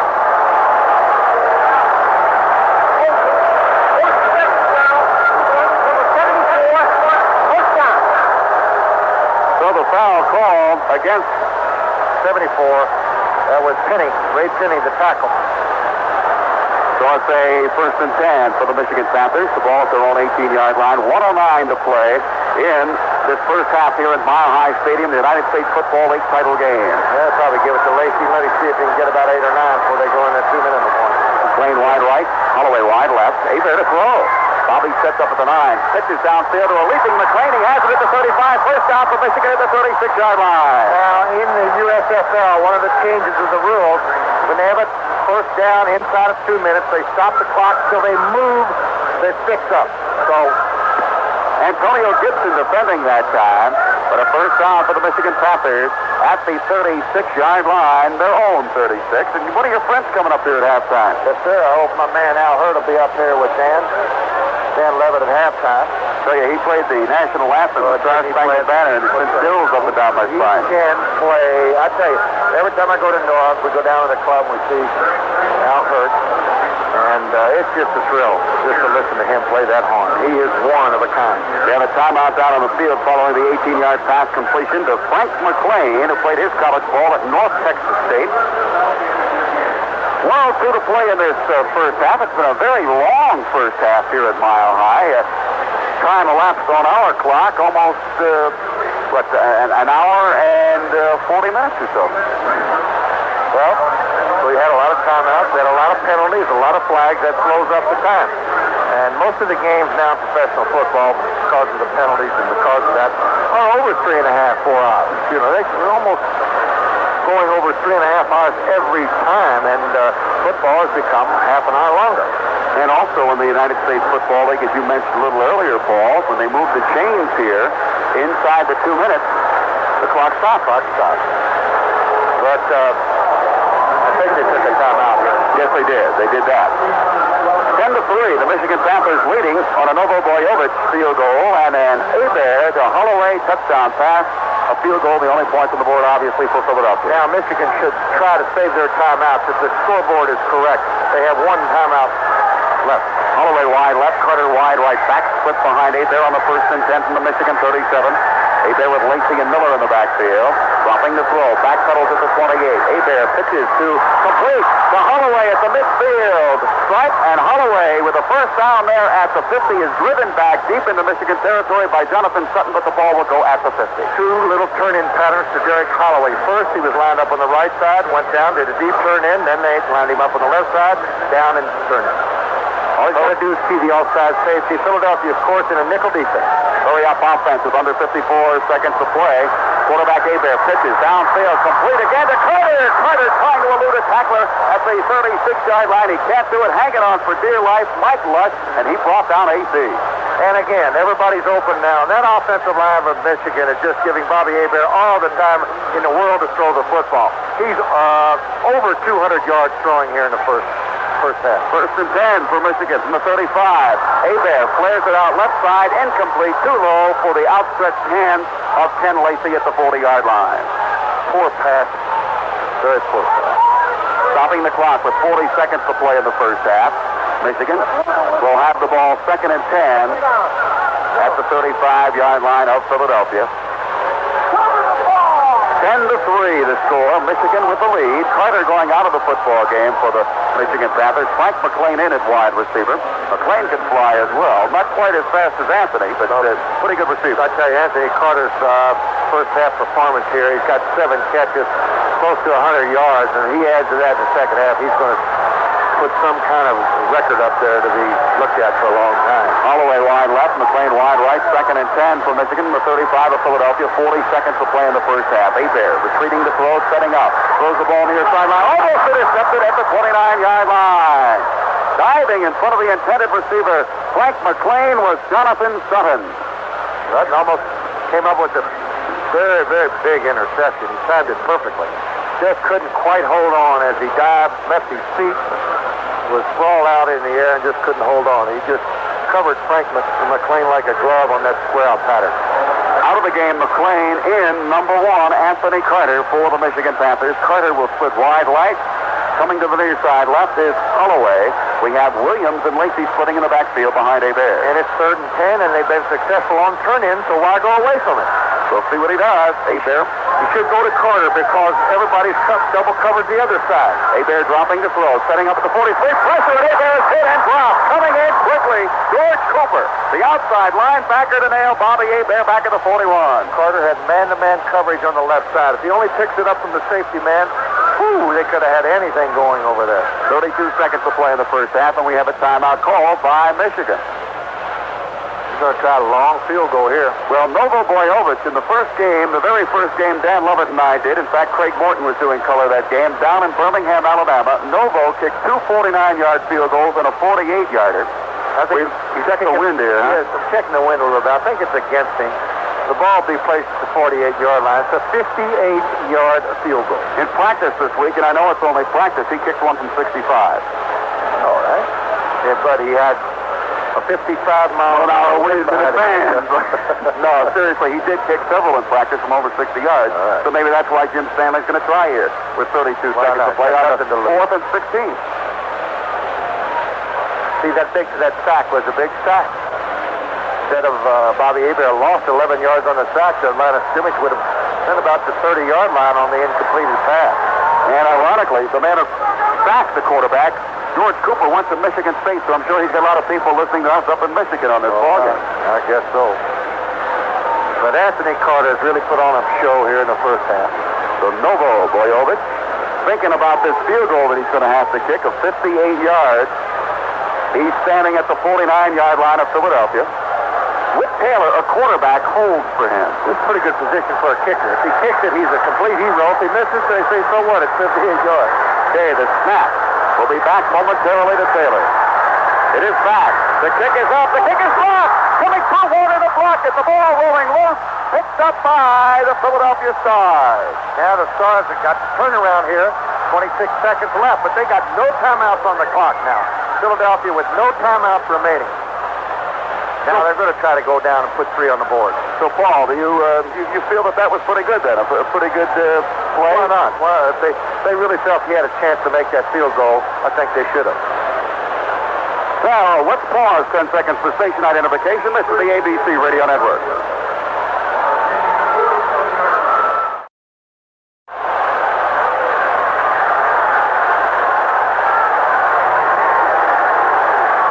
First and 10 for Philadelphia from the 47 of Michigan. Fusina to throw with 23 seconds. Fusina throws outfield to 50-50, incomplete at the 35-yard line of Michigan off his fingertips. And the play's open for them, too. It's a turning pattern. Fiske just couldn't get control of it. David Greenwood back there defending, but Fiske had his hands on the football. 19 seconds, 7 seconds off the clock. Try it again.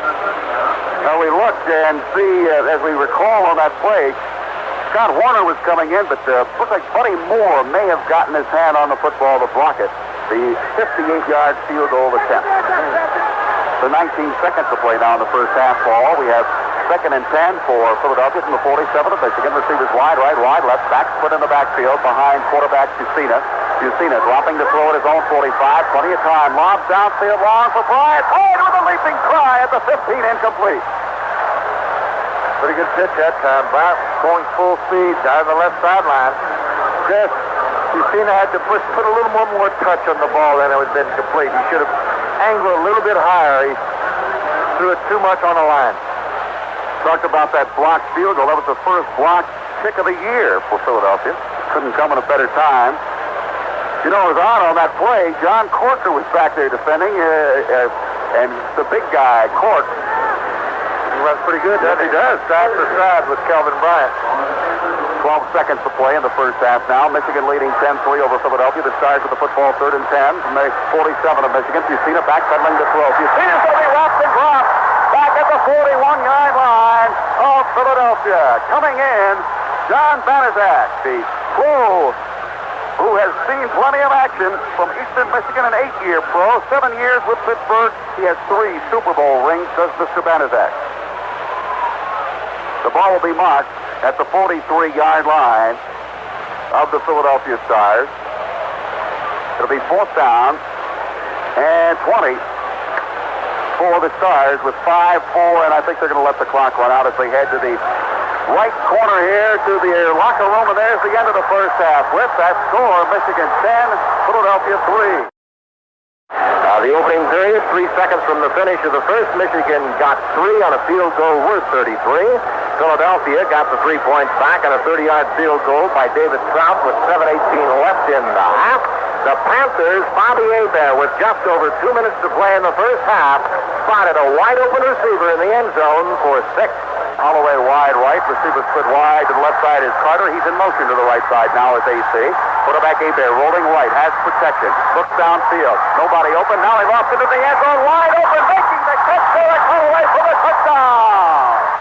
And the point after puts us right here where we are now, 10-3. Michigan Panthers leading Philadelphia. Both clubs are back out here.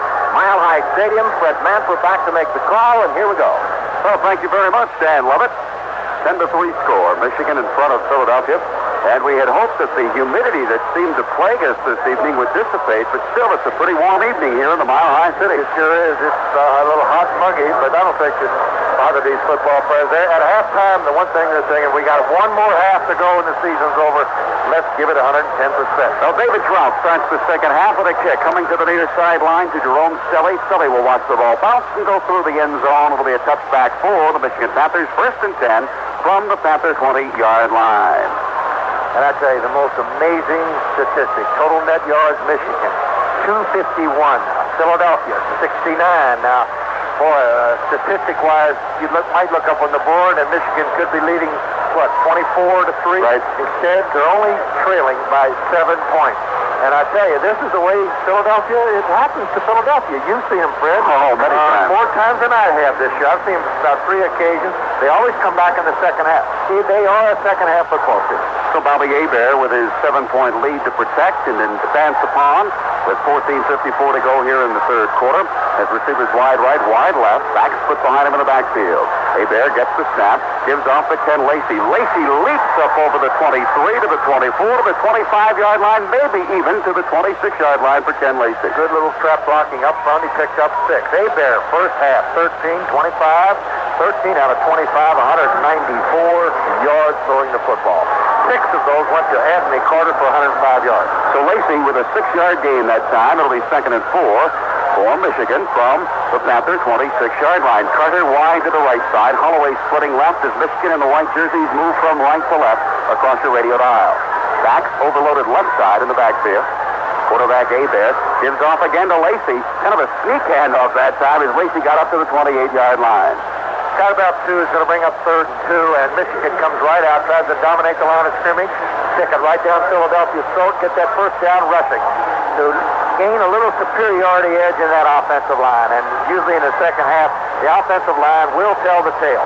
They will turn it around, or Michigan will control it. Mike Lush making the tackle 1 yard shy of the first down yardage for the Philadelphia Stars.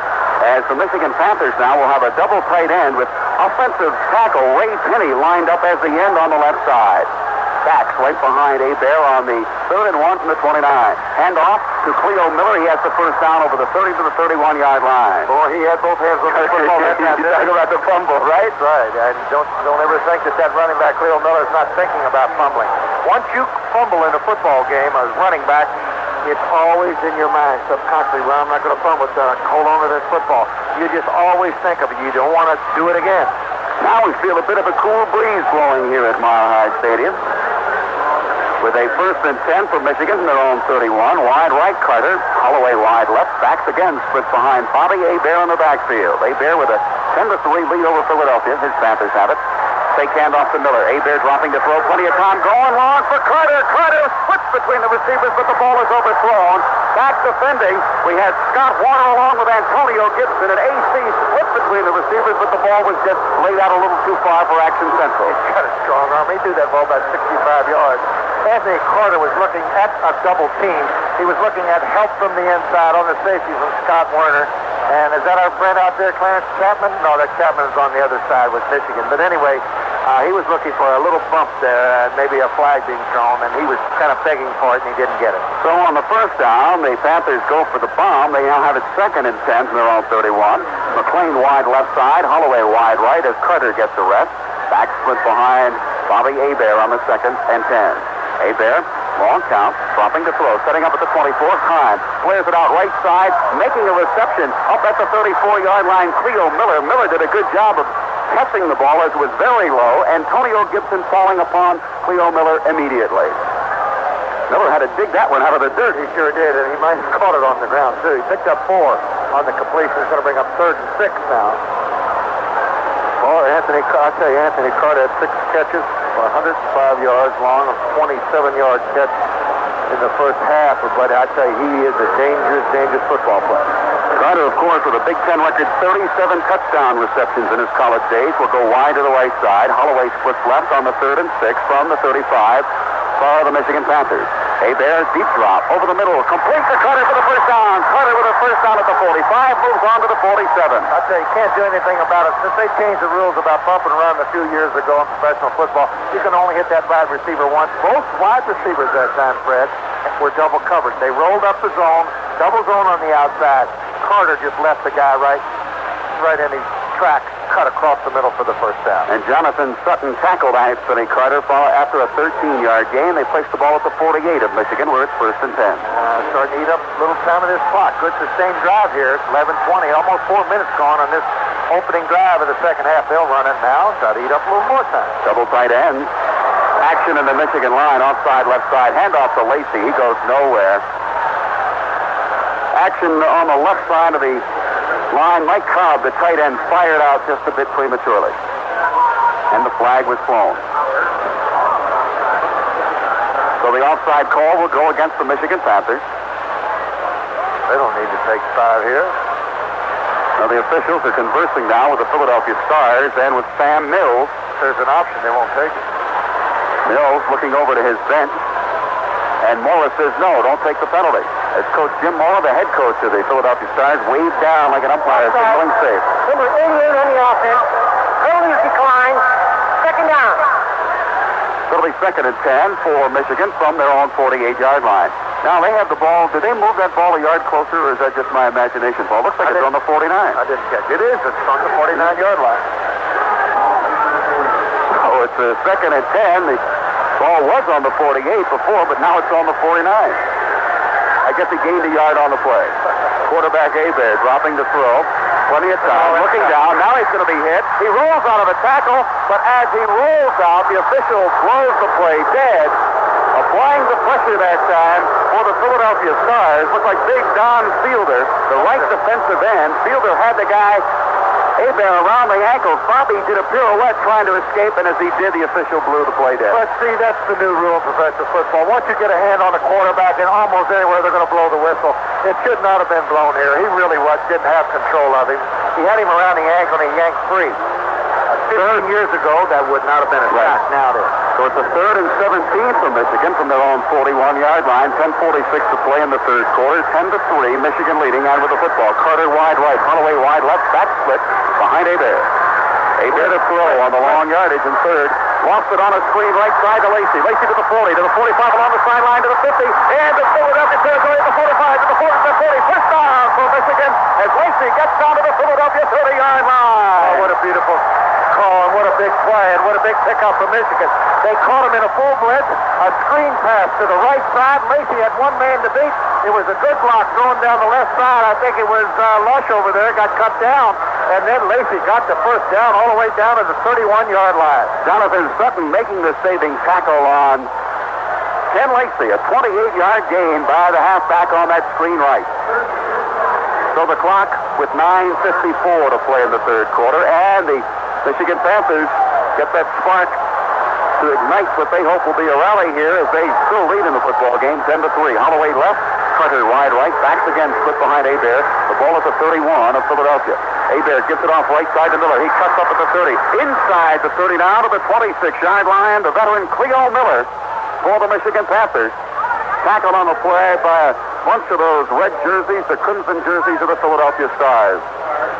Oh, beautiful series in the opening of the second half put on by the Michigan Panthers. They took it in the end zone, ball at the 20-yard line, and they moved about 4 first downs here in this drive. They still have it. 9 minutes to go. That's 6 minutes off that clock in this drive already. Ball at the 27 of Philadelphia. 4-yard gain by Miller, puts it 2nd and 6. Hebert with Carter left. Holloway wide right, back split. Hebert to throw, looking to Holloway. Lost it to the sideline, overthrown at the 15-yard line. Intended for Derek Holloway far across the field at the 15. Poor pass. He overthrew it. They knew it right away. So Bobby Hebert, a little bit long for the little guy, Derek Holloway. Holloway only 5'7", 165 pounds, but I think he would have had to been Kareem Abdul-Jabbar if he wanted to catch that one. That's true. It was just about 10 foot over his head. 3rd down and 6 for Michigan. The ball still at the 27 of Philadelphia. Holloway to the near side left. Carter wide right. Backs again split behind Bobby Hebert.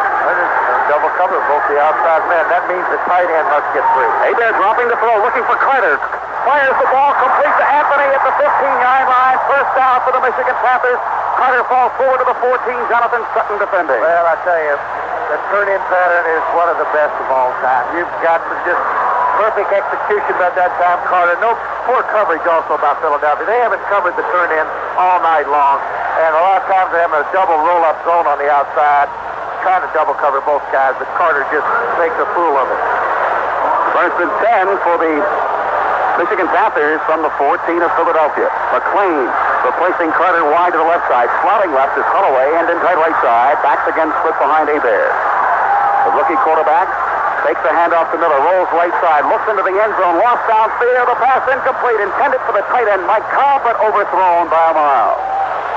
Mike Cobb angling in from the right side down the center of the field, the ball was overthrown. Carter about 200, not Carter, excuse that, Hebert, 250 yards throwing the football now.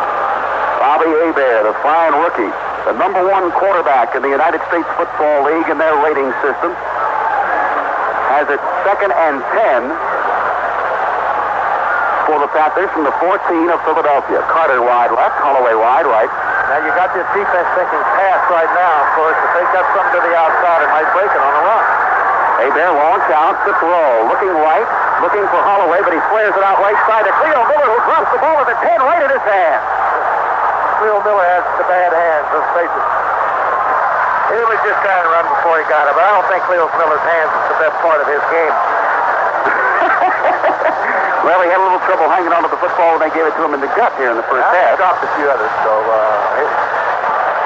Now, Cleo Miller, of course, played the NFL ball for the Cleveland Browns, 1 year rushing for over 700 yards in Cleveland.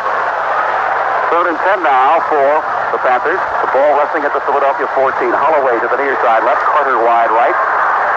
Hebert on the 3rd and 10. They've come up with a series of third down plays. Hebert dropping. Looks left side. Complete to Holloway. Holloway into the end zone with a tackler hanging on for a touchdown. Well, I tell you, Bobby Hebert's still down. He's banged up at the 22-yard line. It's going to be a touchdown for Michigan, but it may be a costly one. Bobby Hebert really picked up the blitz in a hurry. Philadelphia was in a blitz. He went back. He sent. He had the automatic call on the outside. Holloway on the post pattern. He got rid of it beautifully for the touchdown, but Hebert's hurt. And that's the second Hebert to Holloway pass for the night. And it's now a 16-3. For a touchdown. Right, for the touchdown. 16-3 lead for the Michigan Panthers. And Bobby Hebert is flat on his back at the 20-yard line. 4 members of the Michigan Panther training staff tending to the rookie quarterback Bobby Hebert. And as Paul mentioned, he got stuck. Yep. I really wasn't following Bobby Hebert's progress after he threw the football because I was watching Holloway cut over the middle on the post pattern. Hebert tonight, 18 of 32 for 265 yards and 2 touchdown passes, both to the Smurf, Derek Holloway. And Hebert still flat on his back. Now, they'll wait the extra point. So Bobby Hebert is down, so there's a break in the action with a score, Michigan 16, Philadelphia 3. We'll be back to the USFL title game after this. Well, Novo Boyovich splits the uprights to add the 17th point for Michigan. 17-3. The Panthers lead Philadelphia in this title game with 7:49 to play in the third quarter. There's a timeout of this USFL game with that score. Michigan 17, Philadelphia 3. This is the ABC Radio Network.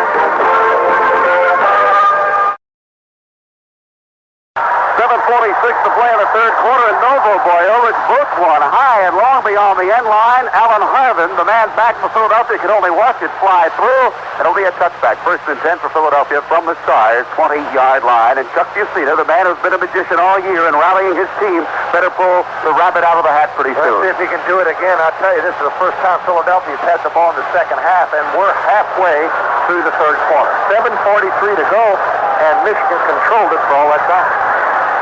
So Chuck Bucina will send Alan Harvin out of the ball game.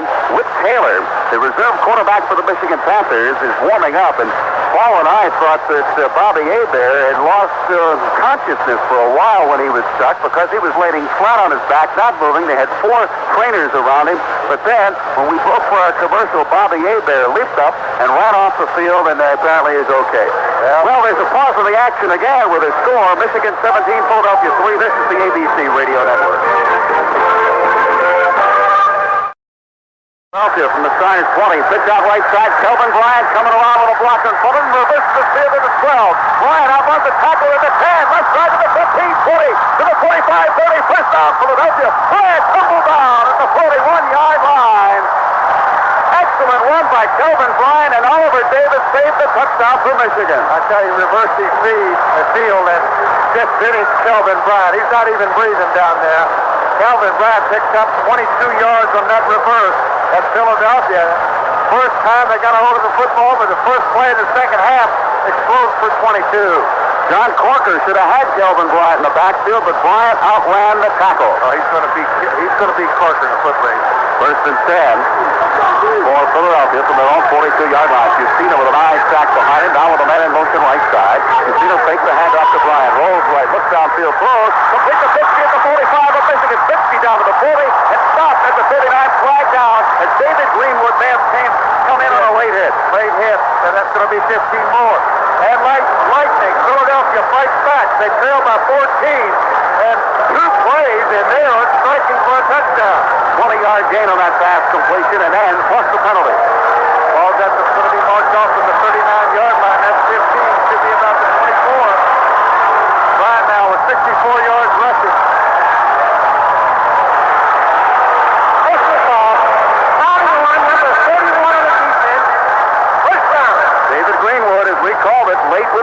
Late with the hit, and it was a good call by the referee because 50 had gotten the first down. Picked up about 24 yards on that pass completion. So it's 1st and 10 for Philadelphia from the 23 of Michigan following the completion and penalty. Receivers wide right, wide left. Folsom, the tight end, moves from left to right.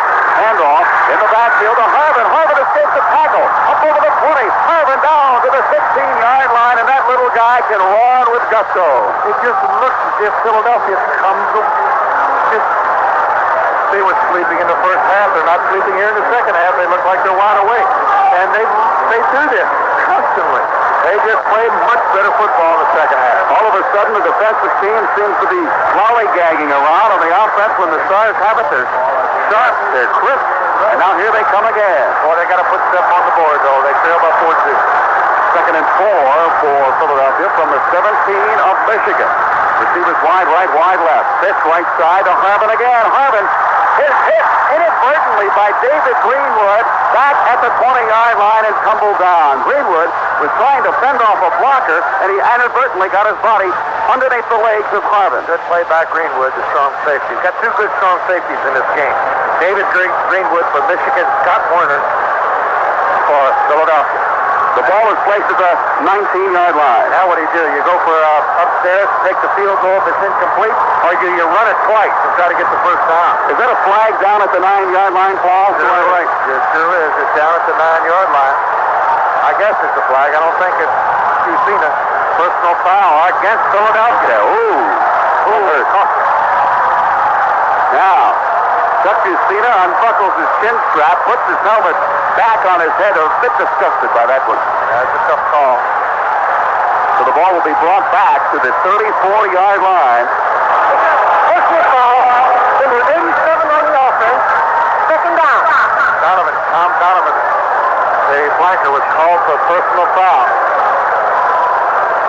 So it's going to be a 2nd and 21 now for Philadelphia from the 34-yard line of the Michigan Panthers. Receiver wide right, two of them wide to the left side. Back split behind Justina in the backfield on the 2nd and 21. Justina overlooking that defensive line, barking signals, dropping the throw, setting up at his 43. Justina downfield with a pass, complete the 50, the 20, 50, dives forward to the 17-yard line of the Michigan Panthers. Good gain on that pass completion as 60 brings the ball to the 17-yard line. Good timing on that turn-in pass. Or if you've seen it, whenever you see a quarterback go back and throw it on rhythm, they drop back 5 or 6 yards, set up, and he releases the ball quickly. You know the receiver's open. It might not be complete, but that quarterback is going for the timing pass. That was a turn-in, beautifully completed. They got it right back, 3rd and 5. From the 17 of Michigan, Clarence Chapman, the man beaten that time, as Justina, with the back split in the backfield behind him, Raleigh and Harvin. Wide receiver to the right side. Justina dropping the throw. Justina with some pressure, lost the pass. Incomplete. Intended down at the 14-yard line for diving Willie Collier, defending David Greenwood. Justina wants to go for it, but it's too early here in the 3rd quarter.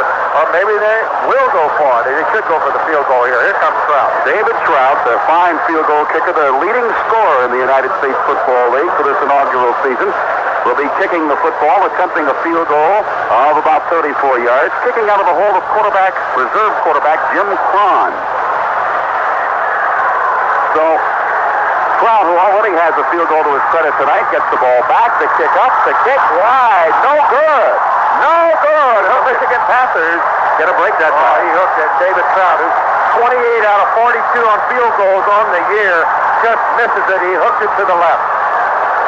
Well, there's a timeout on the playing field with a score, Michigan 17, Philadelphia 3. We'll be back to the United States Football League Championship game after this. 4:44 to play in the 3rd quarter. Michigan 17, Philadelphia 3. The field goal missed by David Trout sets the ball up at the 20-yard line of the Michigan Panthers. So Bobby Hebert, 18 completions, 34 attempts, 261 yards, 2 touchdowns this evening. We'll see if Whit Taylor comes in because Hebert, as you may remember on the last series, was stuck pretty good But Bobby Hebert is in the football game. Whit Taylor will not come in. Whit Taylor's warming up on the sidelines, but Bobby Hebert, who's already been warm all day long, back in. So Hebert with Holloway wide to the right side, Carter to the near side left, and back split behind him on the first down. Gives off to Cleo Miller. Miller chugging along the 20 to the 25. Miller close to a first down as he lunges forward to the 30-yard line. Hanging all over his leg was the linebacker Mike Edwards. Let's see if they give the progress for the first down or whether they say it's going to be shy by about an inch or two. Anthony Carter limping off on the left side. Looks like he got his left hand on his leg. And he had that same problem in the first half. Maybe a cramp up there. That's exactly what it is. McLean going wide to the right side. We'll go double tight end here for the Michigan Panthers on the 2nd and 1. The Panthers with Hebert crossing down behind the center. Hand off right side. Miller with the first down. Miller to the 35 to the 40. Miller up over the 45-yard line of Michigan. Tumble down at the 48-yard line. Cleo Miller of the Michigan Panthers finally stopped by Jonathan Sutton, but not before a big gain and a first down for the Panthers. 18 yards off the right side. That offensive line, which has given Bobby Hebert very, very good pass protection. And they ran the football when they really wanted to, Fred, so they're really doing the best job. And I'll tell you, I have to go back to what that assistant coach, George Dixon, told me. The addition of Tyrone McGriff, Tom Thornbrook, and Ray Penny meant the difference in Michigan's offensive line. Michigan leading 17-3 with it 1st and 10 on their own 48. Handoff.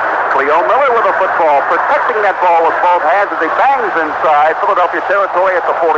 Mike Lusk the tackle. Oh, this is 2 beautiful drives put on by Michigan Panthers here in the second half. They took the opening kickoff, went 80 yards. They took up 7.5 minutes off that clock, got the touchdown. Now they've got it back. They got it back after a missed field goal, and they picked up 2 first downs. They've also took another 3 or 4 minutes off that clock. Cleo Miller out of the football game now for the Michigan Panthers. He's running over to the far sideline.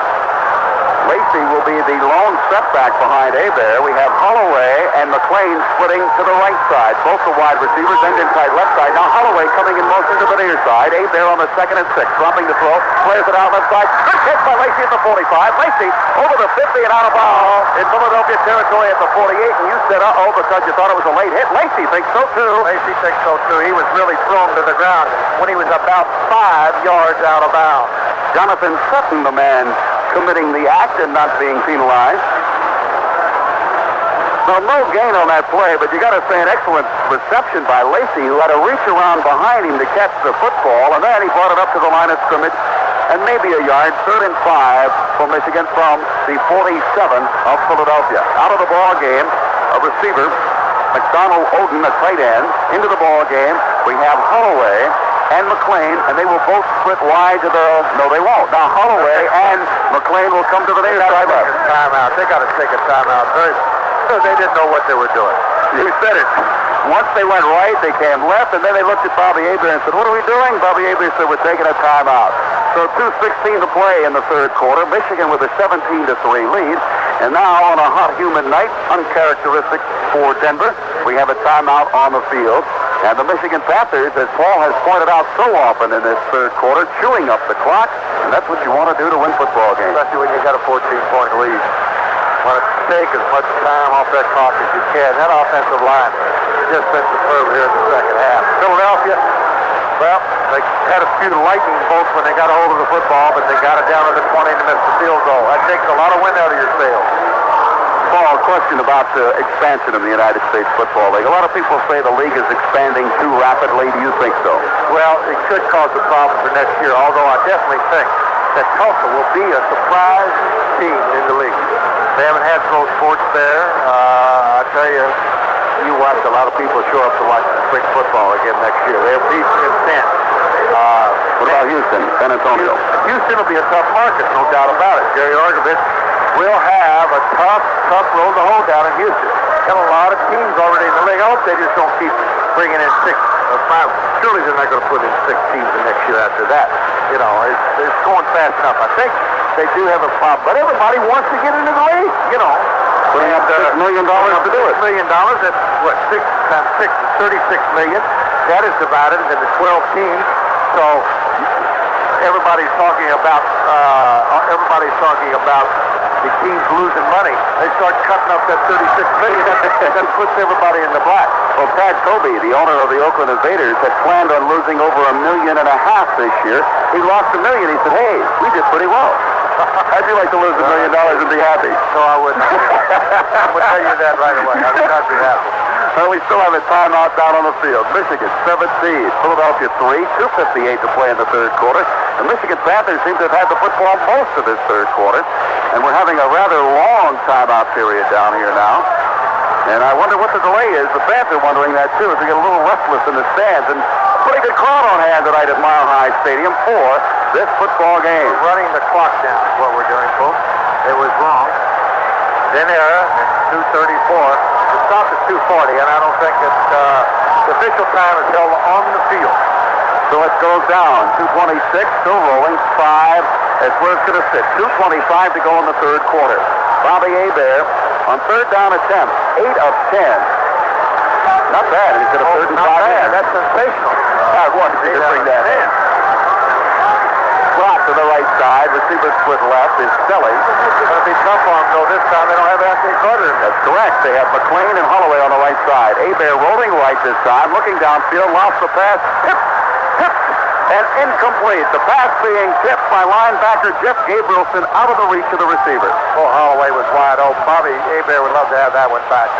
And he was just trying to lob it to his receiver 10 yards downfield, and he didn't put enough height on the ball. One of the linebackers 5 yards back got his hands on it. So David Greenwood will begin to punt. Greenwood will kick the ball away from his own 39-yard line. He averaged 40 yards a kick for 2 in the first half. Lone safety back deep, Scott Warner for Philadelphia. Warner standing at the 10. Greenwood, the rookie from Wisconsin, gets the ball. He spirals it high to the near side. The ball will go into the end zone. It will be a touchback. 1st and 10 for Philadelphia from the Stars' 20-yard line. Of course, Greenwood was angling for the near left side, and the ball just sailed into the end zone. But a beautiful spiral by David Greenwood and the Philadelphia Stars, who trail 17-3 with 2:10 to play in the third quarter, will have the football once again. Well, it's definitely an advantage to kicking either a field goal or a punt right to left. I tell you, the wind's coming out of this end, and whoever punts it that way usually punts it about 65 yards in the air. So, 17-3, Michigan leading Philadelphia with pause 10 seconds for station identification. This is the ABC Radio Network.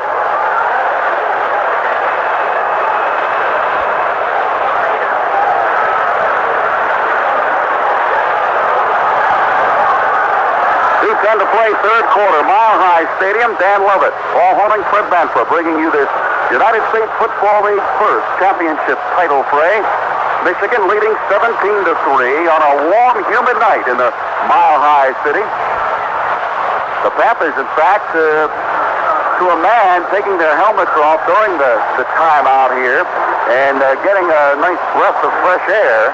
The Stars huddle back at the 10-yard line as they will take over 1st and 10 from their own 20-yard line. If you've seen it, as we mentioned before, better start working that magic that he has so often during the course of the season to lead the Philadelphia Stars to a 15-3 regular season mark, the best in the United States Football League. Well, money's on the table right now for Chuck. He usually comes through under these circumstances. Let's see if he can do it again. Wide to the left side of receiver, wide right, man in motion to the left side, pitch to the right side. Kelvin Bryant gets the block, turns the corner, 25 to the 30. Bryant bangs his way to the 34-yard line. Is that guy a tough runner? Kelvin Bryant finally stopped down there by David Tipton, the nose tackle, who came all the way across field to make the tackle. I tell you, he hasn't ran the football as many times, I think, as Philadelphia like. Now they're trailing by 14. Takes up a lot of time. He got the first down, picked up 14. He's got about 70 yards rushing already tonight. 78 back, 11 carries, 78 yards, 7-yard average running the football, but they've gone to the pass a little bit too much, I think, Fred. Well, we'll see what Justina does here. 1st and 10 from his own 34. He has his favorite receiver, Scott Fitzke, wide to the left side. Harvin stacked on the eye behind him. Pitch comes to Harvin, who likes to throw. Harvin can throw the ball downfield, wide downfield. The receiver makes the catch. Catching the football, Rodney Parker. He goes out of bounds in Michigan territory at the 22-yard line. Clarence Chapman hanging all over him, as was shot on. A great catch by Rodney Parker on the halfback pass for Alan Harvin. Alan Harvin threw up a wounded duck just threw it as far as he could. What a catch by Parker. 42-yard catch.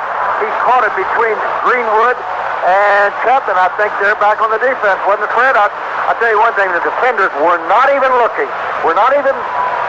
Had their eyes nowhere near the football, and Parker just got a beautiful catch. And Parker bobbled the football as he went to the turf, but did not allow it to hit, and he kept it tucked in his gut for the reception. 1st and 10 for Philadelphia from the 23 of Michigan. Back split behind Jusina in the backfield. Receiver wide right, wide left. Jusina heads off to Harvin. Harvin is, I don't know what you call that, a scissor tackle at the 21-yard line as Harvin tried to get around outside, and Kyle Borland got both of his legs around the legs of the runner and squeezed them together to pull him down. Picked up about a yard or two. So Borland, who went to the University of Wisconsin and was actually recommended for the Michigan Panther Ball Club by his Badger teammate David Greenwood, made the ball team and has been a fine addition to the Michigan Panthers. 2nd and 8 following the 2-yard gain. Pitch right side to the big guy, Kelvin Bryant. Bryant diving inside the 10, out of bounds at about the 8.5-yard line. He has a first down and goal to go for the Philadelphia Stars. Clarence Chapman drove Kelvin Bryant out of bounds. He's a great running back. He needed 8. He got about 12 or 13 yards on that run around the right side. And I tell you, the closer he gets to the goal line, the harder this kid runs. He is a great, great runner. Of course, Kelvin Bryant scored the touchdown in overtime to send the Philadelphia Stars to Denver for this title game. 90 yards now for Kelvin Bryant. He's taking a breather now. Harvin out of the eyes, and he's back. Booker Russell, the up back. Jusina with Fitzke to the right side, and inside left side. Fake pitch. Jusina lobs it out. Overthrown, intended for Alan Harvin, just out of his reach at the 15-yard line. Almost could have been a lateral to it backwards. Fitzke was angling into the end zone, but he was covered well, and it looked like that Jusina was watching Fitzke as he cut across with 27 seconds to play in this 3rd quarter here at Mile High Stadium. Michigan 17, Philadelphia 3. Philadelphia with the football, 2nd and goal to go from the 8 of Michigan. It's not that big a lead for the amount of yardage that Michigan has over this Philadelphia team. It's still almost a little unique that they only trail by 2 touchdowns, and if they can get in here, they're right back in this football game. Fitzke wide right. Parker and Collier wide to the left side. Hand off to Harvin. Harvin inside the 5 to the 4.5-yard line on the draw. Alan Harvin taking the handoff from quarterback Jusina. They mark the ball at the 5-yard line where it'll be 3rd and goal to go. Ronnie Padgett, the defensive end, making the tackle for the Michigan Panthers. Got to put Kelvin Bryant back in. Here he comes. Yeah. I was going to say they're not going to leave him out down here, are they? Well, and that's it. There's the end of the 3rd quarter with the score. Michigan 17, Philadelphia 3. This is the ABC Radio Network. Hornung, 15 minutes of regulation play remaining in this USFL title game. Michigan leading Philadelphia 17-3, but the Stars have the football 3rd and 5. 3rd and goal to go from the Michigan at 5. And we remember back to last week and what Chuck Jusina did.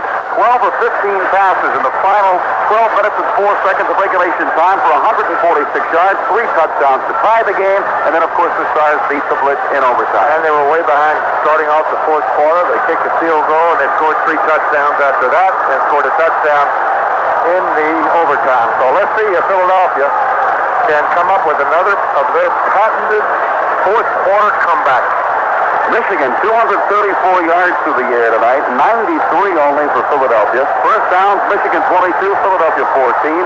Rushing yards, 119 for Michigan, 115 for Philadelphia. Philadelphia's had the football almost 8 minutes less than Michigan. So Michigan has controlled it up to now, and let's see if that little momentum starts to swing. 3rd and goal to go for the Philadelphia Stars from the 5-yard line of the Michigan Panthers. The only 3 points on the board tonight, a field goal from David Trout, who's also missed a field goal tonight.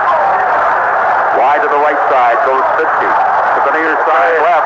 They love to go to that Irv Eatman side, the big right tackle. Out of the eye, they shift. Donovan back split behind the quarterback, Jusina. Fake handoff to to Bryant, and Justina will be spun to the ground by John Corker back at the 12-yard line. A loss on the play of 7 yards. The big guy, the sack man, Corker, getting the quarterback. That's an unusual call. They tried to bootleg. They tried in the first half. They got away with it.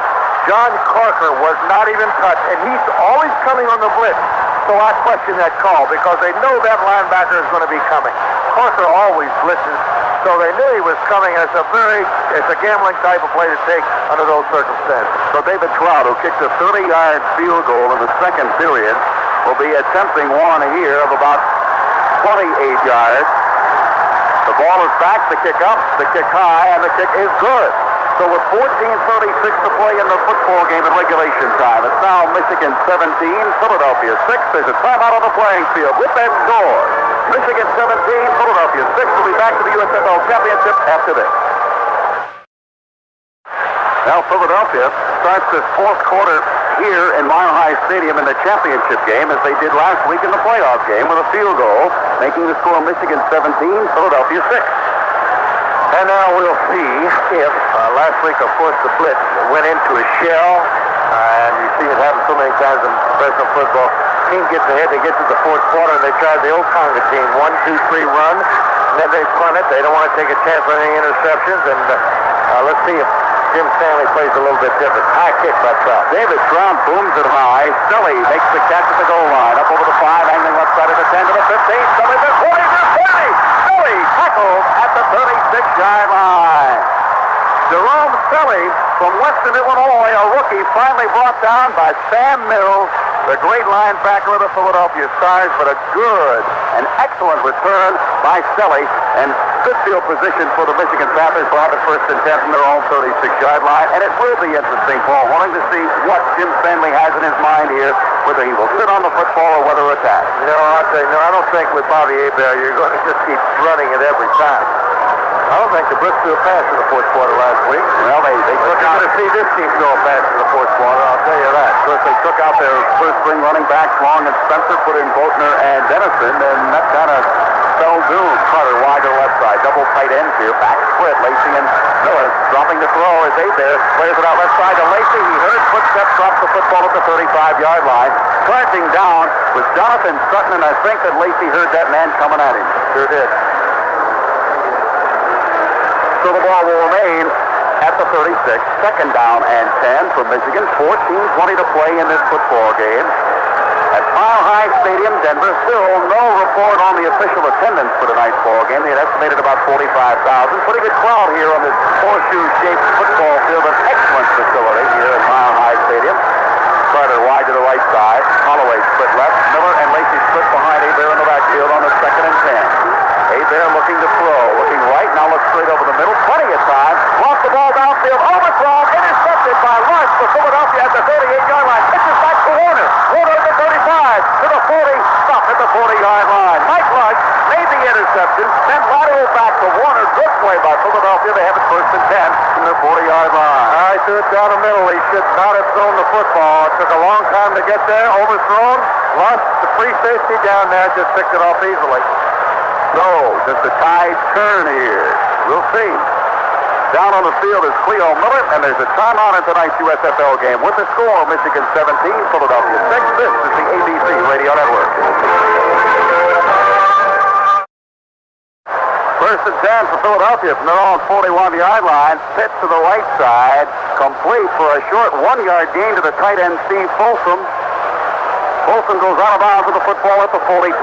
So, the Philadelphia Stars, who know what it is to come from behind, start their effort with 14:01 to play in the football game. They trail 17-6. They have a 2nd and 9 from the 42. Justina with the back split behind him, dropping the throw. Justina looking downfield, over the middle with a pass, complete to Harvin. Harvin at the 45, to the 50, almost a first down as he gets to inside Michigan territory at the 49.5. And it may be awfully close to that first down yardage. Alan Harvin making the catch, Alan Hughes the tackle. The official marks the ball, nose into Michigan territory on the 50-yard line. I can tell you why John Corker gets a lot of blitzes. I mean, facts. He blitzes every time on passing situation. He comes every time. He's like a 4th defensive lineman at the linebacker spot. Well, he's got good range. He's 6'3". Well, then if he blitzes every time, does the offensive team not know that? Well, sure they do. They just see the film. Straight up for the first down. The Philadelphia Stars, it was third and short yardage. They have the ball down to the 46-yard line. And Justina on the quarterback keeper gets his first down. They mark the ball at the 48-yard line of Michigan. First and 10 for Philadelphia. Clock running down, 12:56. On that kickoff return, Billy pulled his hamstring muscle, so he may not be back in action. 50 wide to the right side, receiver split left, back split behind Justina. Justina flares it out to Harvin off his hands, incomplete at the 50-yard line. The pass was thrown off high for the little guy Harvin, up around his face mask, and he just couldn't hang on to the football. A little too hard. Second and 10 for the Philadelphia Stars from the 48-yard line of the Michigan Panthers. This offensive series, the result of an interception by Mike Lush. 50, wide to the right side. Coming to the near side left is Rodney Parker. Backs again, Harvin, and Bryant split in the backfield behind Justina. Second and 10, Justina the throw. Setting up the 45, throws, complete to 50. 50 angling to the right sideline, has a first down and is banged out of bounds at the 38-yard line far across the field. Punching him out there, Clarence Chapman, the cornerback, the left cornerback, who was picked on so much earlier in the evening, and a first down for the Philadelphia Stars. And they're moving it down, and they're getting a break by. Every time they pick up the first down, they get out of bounds. They stop in the clock. So the clock still remains 12:30, and they picked up about 40 yards here and really haven't taken over a minute off that clock. Michigan 22 first down, 16 for Philadelphia tonight. The Stars trailing the football game as well, 17-6. First and 10 from the 37 of Michigan. Justina dropping the throw, flares it out left side to Harvin. Harvin tackled from behind by Ray Bentley, the right inside linebacker for the Michigan Panthers. Good pursuit by Ray Bentley that time, sniffing out the pass to the left side. Hey, they've kept Philadelphia one of the highest scoring teams in the league. They've kept them off the scoreboard with the touchdown. This Michigan defense, we haven't talked about too much because Bobby Hebert's been kind of putting the football in the air, throwing the football for over 250 yards, but this Michigan defense has really done an outstanding job so far. Bentley's tackle caught Harvin for a loss of 6, second and 16 for Philadelphia from the 43 of Michigan. Double wide receivers right as Justina drops the throw over the middle. Incomplete, the pass to Steve Folsom, flagged down. Folsom was hit by Arnaud as he tried to grasp onto the football, maybe pass interference here. Folsom, the tight end, came from the right side across the middle. As he reached for the ball, Arnaud popped in, and we may have the pass interference call. Everything's starting to go for Philadelphia's favor now. And we mentioned in the first quarter, they just ran up and down the field, didn't put enough points on the board. Here comes Philadelphia back. They're getting another break here. On the defense, number 21, that's the first down.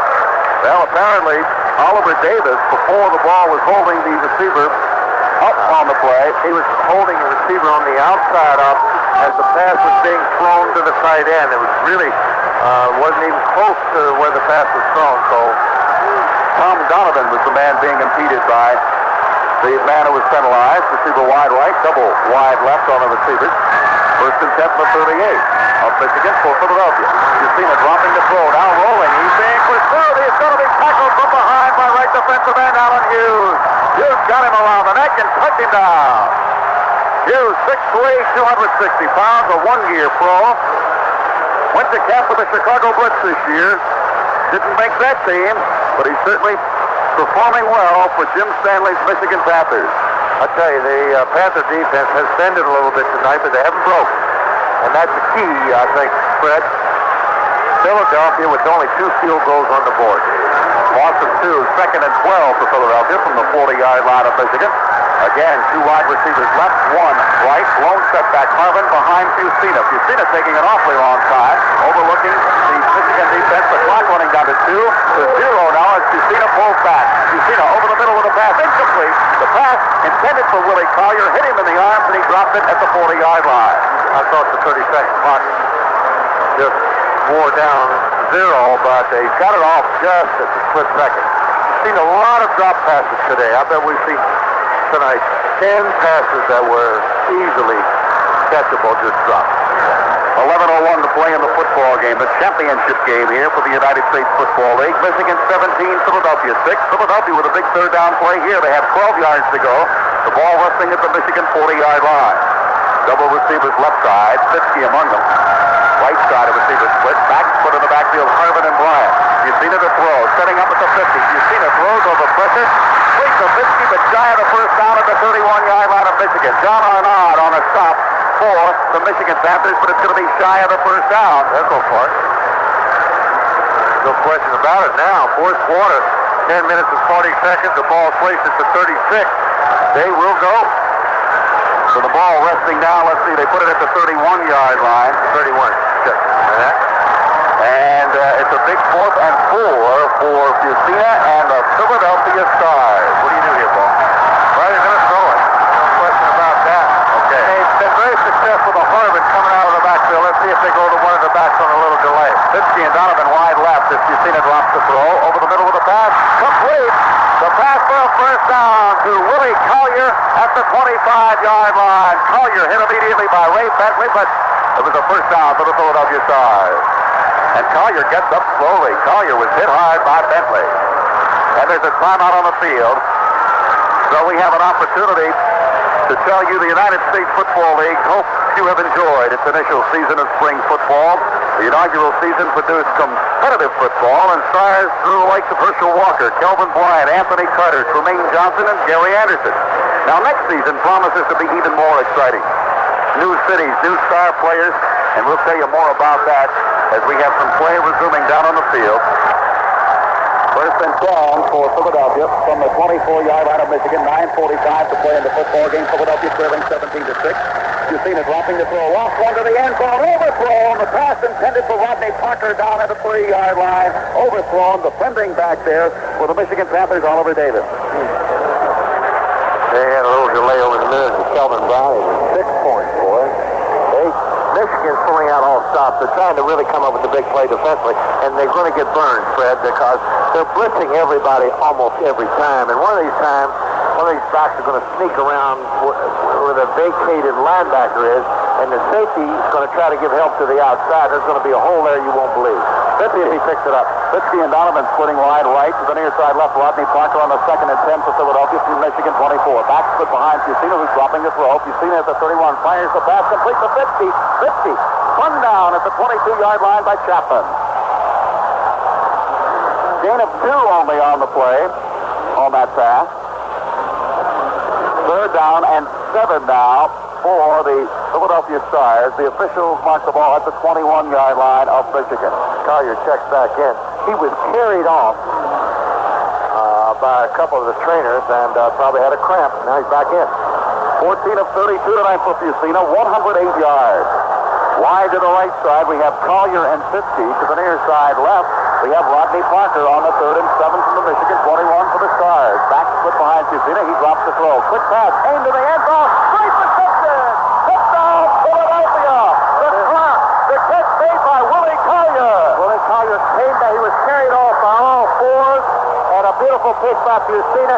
They're catching Michigan in a full blitz almost every time, and it's man-to-man every time. And what a beautiful pitch and what a great catch. Willie Collier has got the Philadelphia Stars back within striking distance as they usually come back in the fourth quarter. Now it's a 5-point deficit, 17-12. They're going to go for 2. Fusina in there, as you say, Paul. The 2 points, the big one here. You can't do that in the United States Football League. They trail by 5.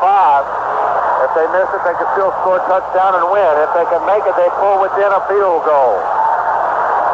Fusina, who's played Mandrake all year, with a slot to the right side, lone set back behind him in the backfield.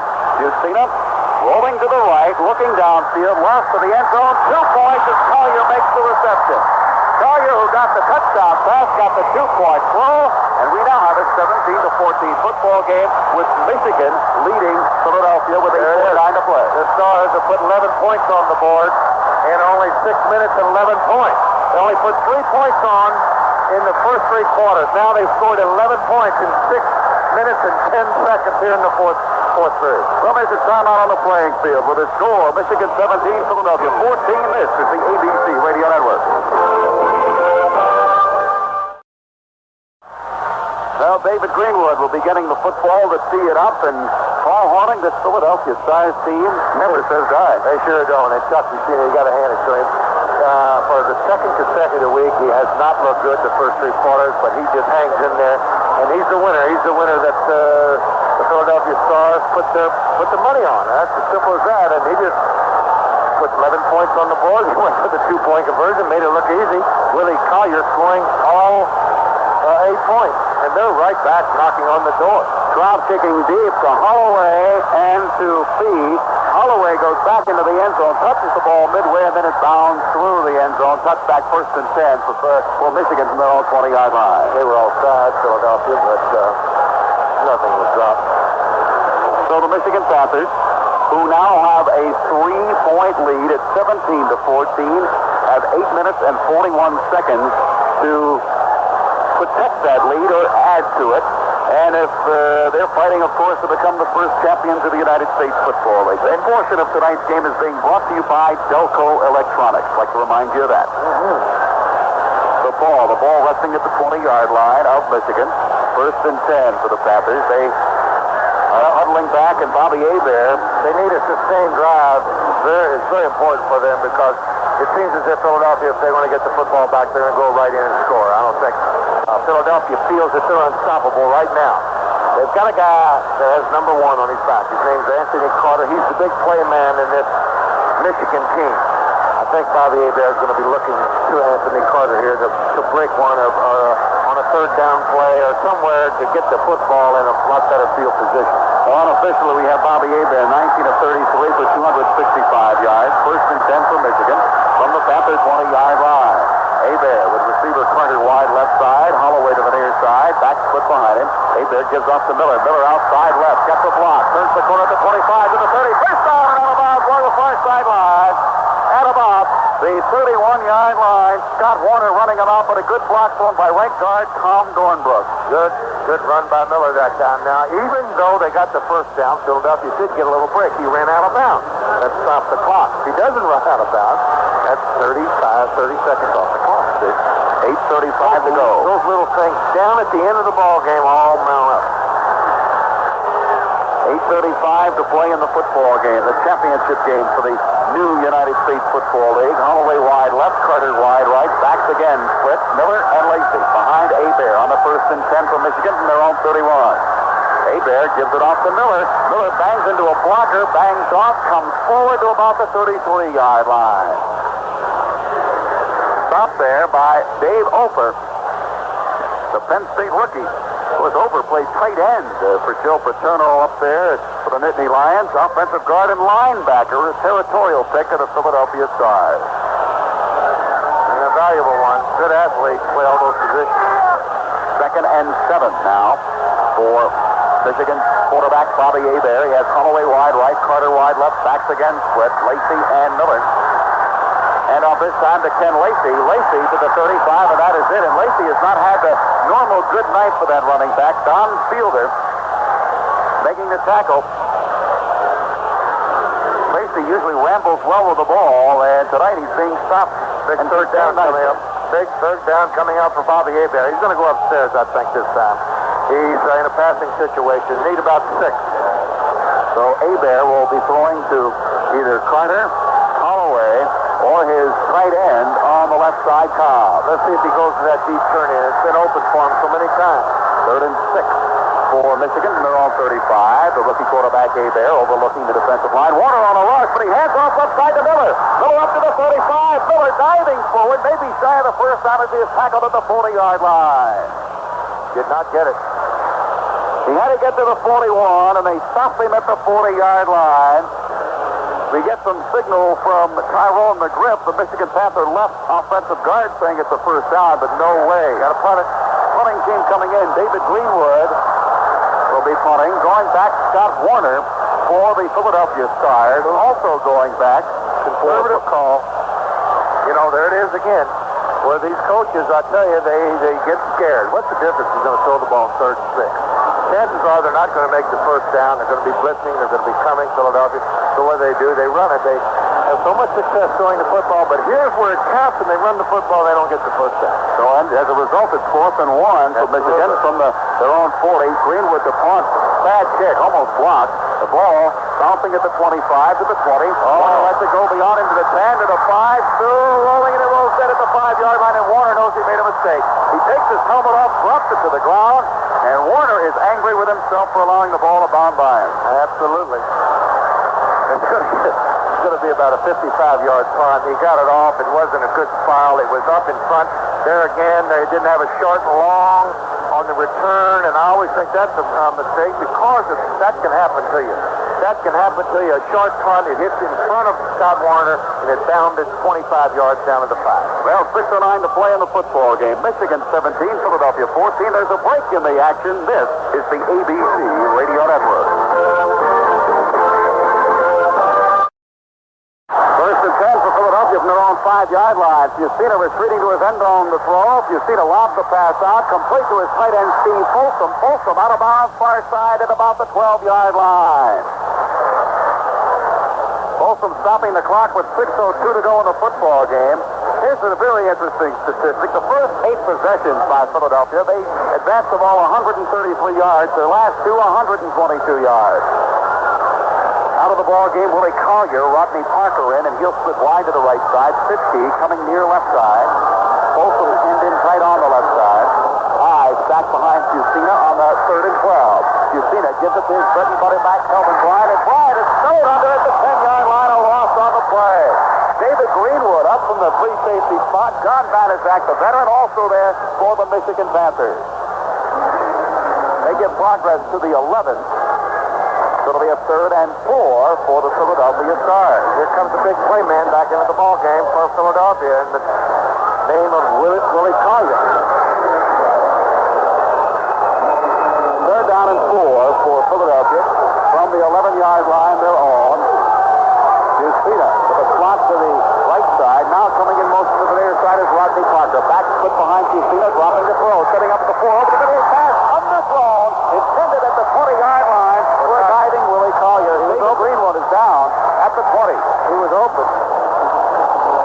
Greenwood slow in getting up. However, he is on his feet for the Michigan Panthers, and Sean Landetta, who has a rocket in his foot, will come in to pump the ball away on a 4th and 4. Attendance tonight, 46,535 for the first ever USFL title game.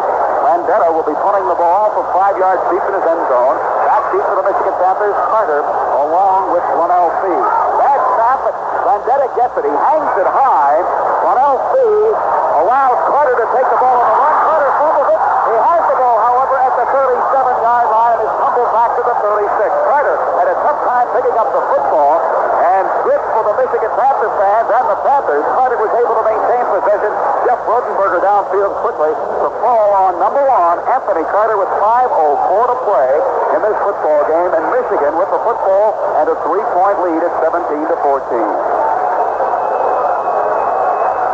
A 53-yard punt that time from Sean Landetta, and boy, that guy is an excellent punter. Oh, he kicks it high, and of course they all love to kick out here. I mean, this is like years ago, and all the teams in the NFL in the East, the Colts, the Giants, whenever they got to go to California, you know, in December, those kickers loved it. Boy, they could kick it high like that.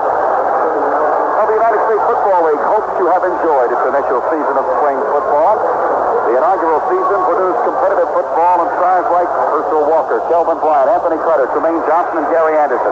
Next season promises to be even more exciting with new cities and new star players. Among the new players in the USFL next season, Joe Cribbs of the Buffalo Bills, Dan Ross of Cincinnati Bengals, Mike Butler of the Green Bay Packers, and among the new USFL franchises will be Oklahoma, San Antonio, Pittsburgh, Houston, Jacksonville, and just announced tonight, the fair city of Memphis, Tennessee. Follow the growth of the United States Football League next spring, when the new league promises to be even more exciting than in its first season. 5:04. I just hope they don't have any more games. 5:04 to play in the football game. 17-14, the Philadelphia Stars trailing in the football game. Michigan with the ball first and 10 from their own 37. I don't hope the season isn't any longer, Fred. By that, I mean, I hope there isn't any more than 18 games in the season. Surely they're not going to play 20-game season. Back split in the backfield behind Bobby Hebert. That's Miller and Lacey. Receiver Carter wide left. Holloway wide right. Long count by Hebert, wanting to eat up. I don't know if the clock was not running, so he hands off left side to Miller. Miller up over the 40 to the 42, maybe to the 43-yard line, and then he is pushed way back to the 35-yard line by Philadelphia's linebacker Vince DeMarinis. Well, you know, we mentioned that the attendance today was a little bit better than 46,000. That was paid. With complimentary passes, et cetera, 50,906 here in attendance at Mile High Stadium. Oh, it's been a pretty good ball game. The second half is livened up. We've got a tight ball game, and a big mistake here could just turn it around for Philadelphia. I think they're going to try to start tackling the ball now. They've got to pull out all stops. They'll be blitzing the linebackers, and Michigan, of course, I think will try to run it for the first down. So it's 2nd and 4 for Michigan from their own 43. Handoff left side, Lacey following the block of Dornbrook. Has the first down inside the Philadelphia territory at the 48. Tumble down there at the 48-yard line. DeMarinis and Jonathan Sutton combining for Philadelphia, but a good block thrown by right guard Tom Dornbrook. Well, they've killed him around the left side, haven't they? They've used this one play where they hand off to the back around the left side, and they've used it about 15 times on the run tonight. It's been their number one gainer on the run, and he's picked up a big first down now, and that clock continues to run. It's under 4 minutes. 3:42, 3:41, and rolling home. Wide to the left side, Carter. To the near side, right is Holloway. 1st and 10 for Michigan from the 48-yard line of Philadelphia. Lacey and Miller split in the backfield behind rookie quarterback Hebert. And off to Lacey. Lacey is stopped at the line of scrimmage. Hitting him hard, immediately Lust, and boy, good tackle that time. Safety blitz, and he came from 15 yards back. Nobody blocked him, and he just came in and made a good tackle, like Lust. And he's hurt. Lacey's down.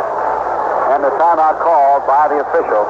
And Lacey is on his back at the 48-yard line of Philadelphia. Paul, at this point in the ball game, we were handed a ballot just a few minutes ago, or several minutes ago, for the MVP of the ball game. It's really difficult, with so much time left in the ball game, to come up with an MVP. We have 3:11. It was in the third quarter. Right. Yeah, it's the wrong time to vote. They start passing out these ballots in all these games too early. They really ought to just wait to the end of the game. Who cares about announcing the winner before? I guess they want to do it before they go off the air on TV or something. I don't know, but I think it's unfair. They ought to wait till the game is completely over with before any MVP should be picked in a game like this. Paul, as you look back now on Super Bowl I, did you think when you played in that ball game against Kansas City, or suited up for that ball game against Kansas City, that the Super Bowl would evolve into the circus, the media circus that it is today? It really, I don't think anybody had that idea. The Packers win the first 2 Super Bowls, and it just got bigger and bigger and bigger, and it's developed into the number one, I guess, sporting event in this country. And it's a great week. I love to go to the Super Bowl. I worked a few of them, and I've enjoyed working them. Enjoyed being there for all the hoopla, and I think they're going to have the week built around this game. It's going to be a good week. We've had a good time here in Denver. It's going to get better and better every year. Of course, they hope to have the city to host next year's USFL championship announced very shortly, so that they don't have to worry about last-minute preparations, and that they'll have an opportunity to have a big build-up and a long time to get everything squared away. Well, Lacey is up, being helped off by 2 trainers. He was down and hit very hard.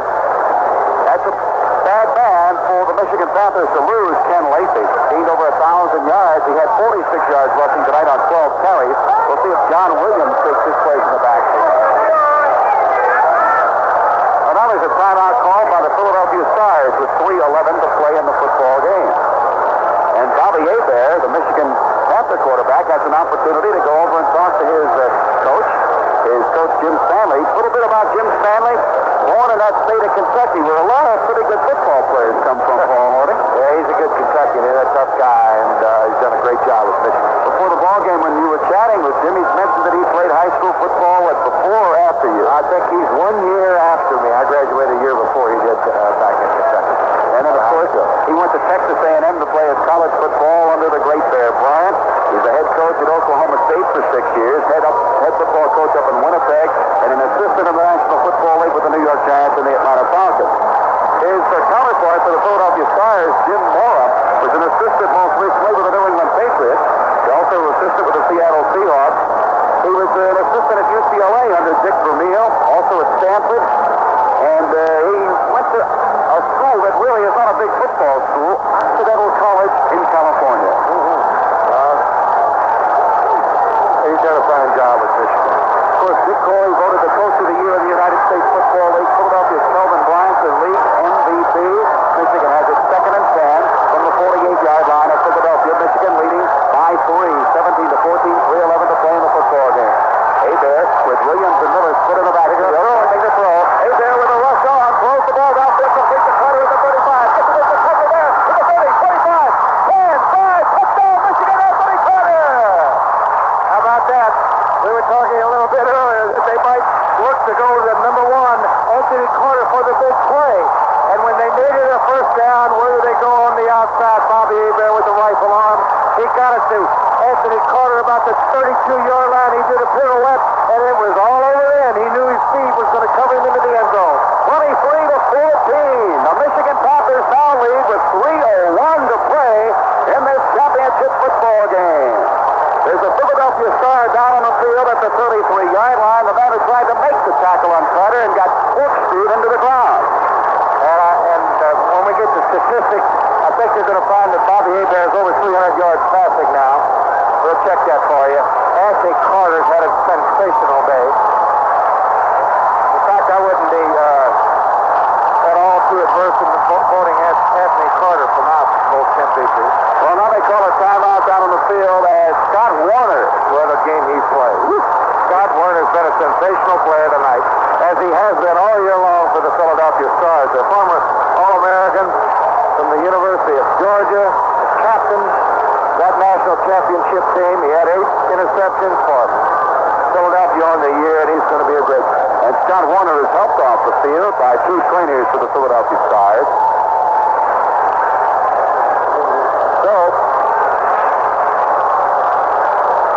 Novo Boyovich will begin to try to tack on the 24th point of the night and give the Michigan Panthers a 10-point cushion. The ball is back, kick high, kick long.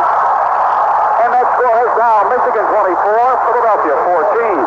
The stats on Bobby Hebert, the quarterback for the Michigan Panthers: 20 pass completions, 34 attempts, 313 yards. 13, and I want to tell you that our friend on the back, Fred Manfra, it's the man, is Dan Lovett. Dan, the ABC Radio Network pick, the USFL pick, was quoted in the paper. I've got it right here in front of me. Pick Michigan, great defense for the Panthers, and Hebert's hot hand. That was set. Total points. He predicted there'd be 38. Right now it's 24-14, and the MVP, John Corker. He might be wrong about the MVP. Well, let's hope some more points are scored somewhere along the line, because if they're not, we're going to have a 12-headed ride back to the East Coast. I'll tell you, Lovett will be on cloud 9. He might be on the next plane to Vegas after that. Look at Anthony Carter, and I wish I had my thing back right now. Anthony Carter, 9 catches, 177 yards, 1 touchdown. And Holloway caught 2, so Hebert's got 3 touchdowns on the night, and I'll bet you that Bobby Hebert will probably be the MVP, but Anthony Carter, I wish I had mine back. I'd vote for Carter. Well, that's what we were talking about. So it's too early. 24-14, Michigan leading Philadelphia. Novo Boyovich to kick off. Alan Harvin standing back deep at the 3-yard line to our right. 3:01 to play in title game for the USFL number 1. Boyovich awaits the signal from the official. He gets it. The Panthers almost jump offside as they come with a kick. Boyovich powers it back deep. Harvin a yard deep in the end zone. Up over the 5, to the 10, to the 15. Harvin outside at the 15, to the 20. Harvin to the 25. He gets away from the tackle at the 26. Fumbles the ball up at the 34, but he was out of bounds with the fumble. It'll still be Philadelphia football, 1st and 10 from the 34-yard line. Clock stop with 2:46 to play in the football game. I tell you, that Alan Harvin, the rookie from Cincinnati, he's a tough kid. He don't mind contact with that boy. He just took on the defenders, put that elbow out. 34-yard return by the little guy. And it's 1st and 10 for Philadelphia. And quarterback Chuck Busina will send 50 wide to the right side. He has Collier along with Hunter to the near side left. Bryant alone set back behind him from his own 34-yard line. Jusina to throw. Setting up at the 24. Pitches the ball downfield. Incomplete. Intended for Fitzke at the 45. Chapman feeling he should have had an interception there as the ball was thrown by Fitzke, the intended receiver. Chapman just let it go by him. 2:42 to play in this ball game. Clock stops with the incompletion. Now it starts again. Official signals for the thing. And we will have action here momentarily on the clock with 2:42 to play in the football game. Fitzke wide right.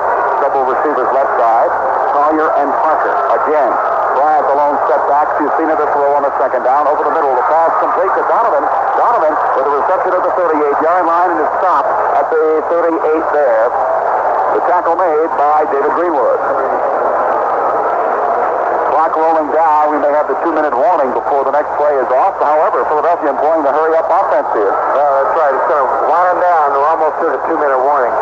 John Corker playoff, taking his time getting back on defense. Jusina with a 3rd and 6, dropping the throw. Flag down. Pass incomplete. Fitzke leaping in the air, had it wither through his hands at the 48-yard line. Incomplete, but the flag was down on the play. Should be a hold coming up against Philadelphia if John Corker, the linebacker of Michigan, is correct. Somebody was offside, too. I think there was 2 people jumping before the ball was snapped. You were right, offside. Corker wrong. Parker was just hoping. Yeah. So it was a 3rd and 6. The offside will march at 5. Please, 3rd and 1. Right. Just now, Bobby in there was the MVP. Well, That's a pretty good story. Well, I guess they would put it down the middle. Touchdown passes. Hey, Barron and Anthony Carter on offense with sensation. Who's saying? Offside. Defensive end. First down. Okay, officially tonight, Bobby Hebert, the MVP of the title game. 20 passes complete, 39 tries, 313 yards. 3 touchdown passes. Jusina dropping the throw. Players a pass out right side. The pass complete to Donovan. Donovan trying to get down to the first down yardage. Does he do it? He is knocked out of bounds at about the 47-yard line of the Michigan Panthers.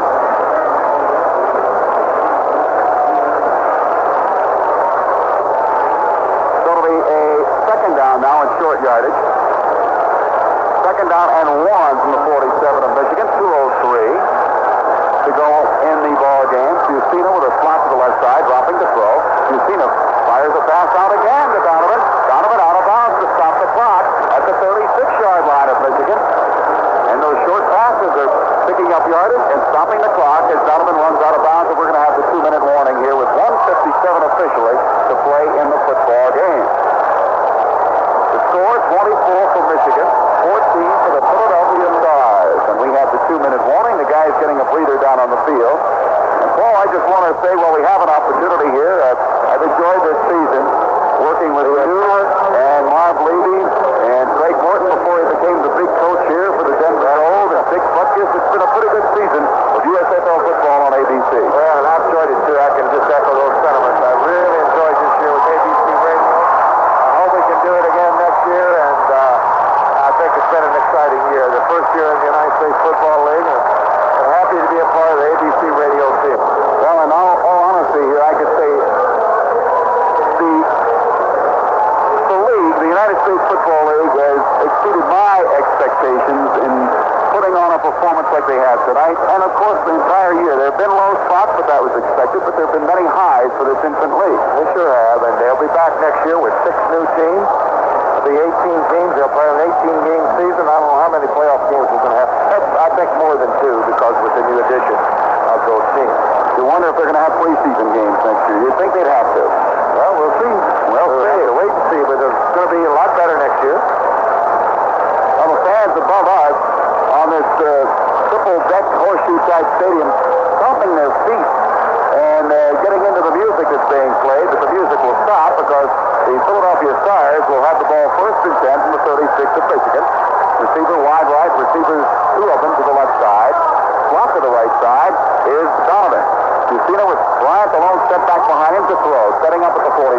Jusina with pressure, rolling out of the pressure now up over the 35, on the run to the 30, and he is tackled from behind at about the 30-yard line. John Corker making the stop on Chuck Jusina, and Corker, they take time out. stopping the clock with 1:46 to play. The Stars down by 10, 24-14. Stars have it 2nd and 5 from the Michigan 31-yard line. Kelvin Bryant appears to be in pain of some type. I don't know whether he hurt his wrist, but he is walking back at the 45-yard line. He just got a little hit. So Sting, he was stung a few times in his career. That's exactly how you feel, too. You just want to shake it off a little bit. It's not serious. Justina has thrown for 155 yards tonight, completing 18 of 37 passes. And a kid from the Bayou country, however, Bobby Hebert, the quarterback for the Michigan Panthers, voted the MVP of tonight's championship game. Oh, he's got a good arm, a great future. You know, being here most of this week, Paul, it's very interesting to see the news media treating the arrival of John Elway with the Denver Broncos. Every time John Elway scratched his nose, winked his eye, there was a feature-length article on him in the newspapers. I tell you, I might want to watch that game with Baltimore. That might get it. 2nd and 5 for Philadelphia from the 31 of Michigan. The Stars trail by 10. Justina to throw, dropping. Going downfield, the pass incomplete. The intended receiver down there was Rodney Parker. He looked right, the pass went left and incomplete. Somebody ran the wrong pattern. Justina's hot at him. 1:41 to play as the incompletion stops the clock. Ball Westing at the 31-yard line. 3rd and 5 now for Philadelphia and Chuck Justina. The Stars with the best record in the USFL going the regular season. The Michigan Panthers, after a 1-4 stumble, came on to win 13 football games and lose just 6.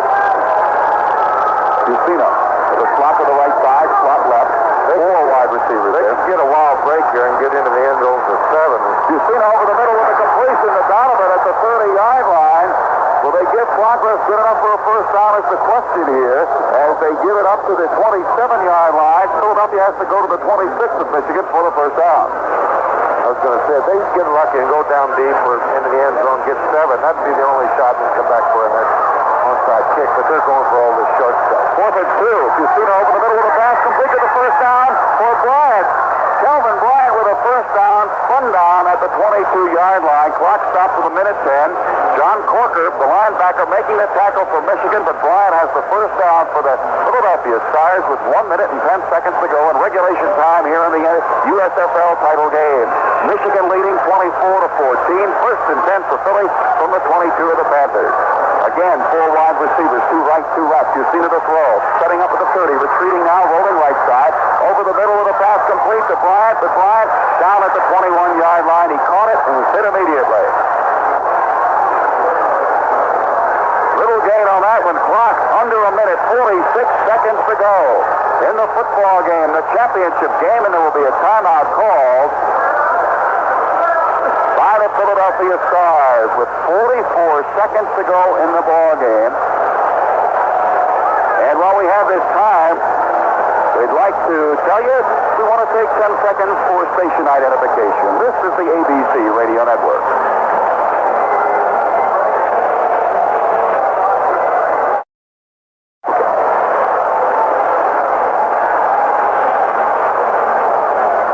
We see that John Corker, voted the best defensive player in the USFL by the media, up after a bit of a hit, and he is walking around with a grimace on his face, but you know it'll be a smile in about 44 seconds if his Panther team can hang on to its 10-point lead or even hang on to the victory, because they would be the first ever champions of the United States Football League.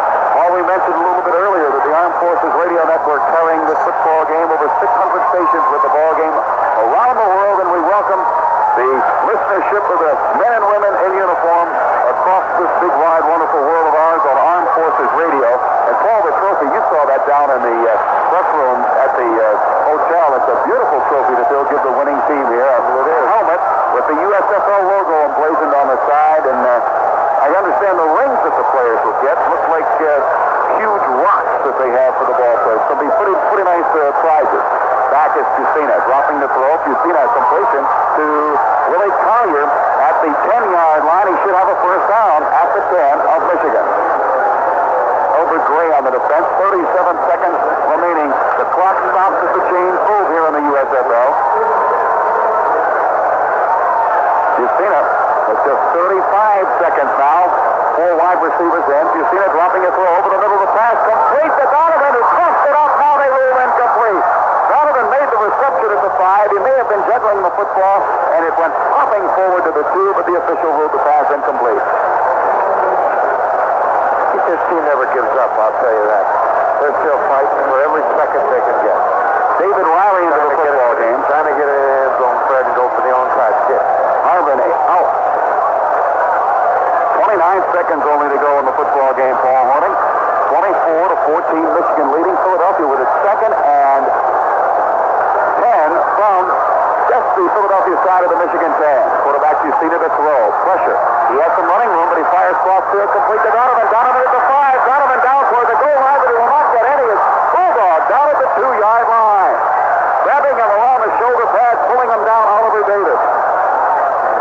And that may have saved a little excitement. Is that the flag down there? That's that yellow towel that Justina uses. 5 seconds to go in the football game. Justina dropping the throw on the 3rd and 2. Justina rolling right. No time on the clock. Justina to the end zone with a pass. Complete, but no time on the clock. Fans running all over the field. They give the touchdown. With no time on the clock, the Philadelphia Stars score the touchdown. At least the official signaled touchdown in the end zone on the pass completion from Justina. Fans flooding onto the field here at Mile High Stadium. We had this scene last week at the Silverdome with 25 seconds remaining in the ball game, and the fans better get off the field. They're going to have the point after try. What's the point? Clear the field. We'll try the point. Point after touchdown. Clear the field. No mob scenes like this, something you really don't need in sports. You really don't. And even though there's no fighting or anything like that going on around here, it's just uncalled for. And I guess they're going to have to just police these stadiums a little bit heavier because they just come through the barricades, come over the fences, and jump the field. We've seen the fans being told to clear the field. Several have moved off, but about 1,000 or so still milling around down between the 30 of Michigan and the goal line of Philadelphia to our right. And the official wanting to get the point after try up for the Philadelphia Stars so we can get this football game completed. And of course, last week the game ended with 25 seconds to go because the Silverdome floor was mobbed by people. They tore the goalpost down, they carried them out, and now I think they will get the fans off the field. Some security finally out there to move the fans off of the Mile High Stadium turf. Still on the scoreboard, we do not have that 6 points tacked on, but the official did signal touchdown, and we're going to have the point after try.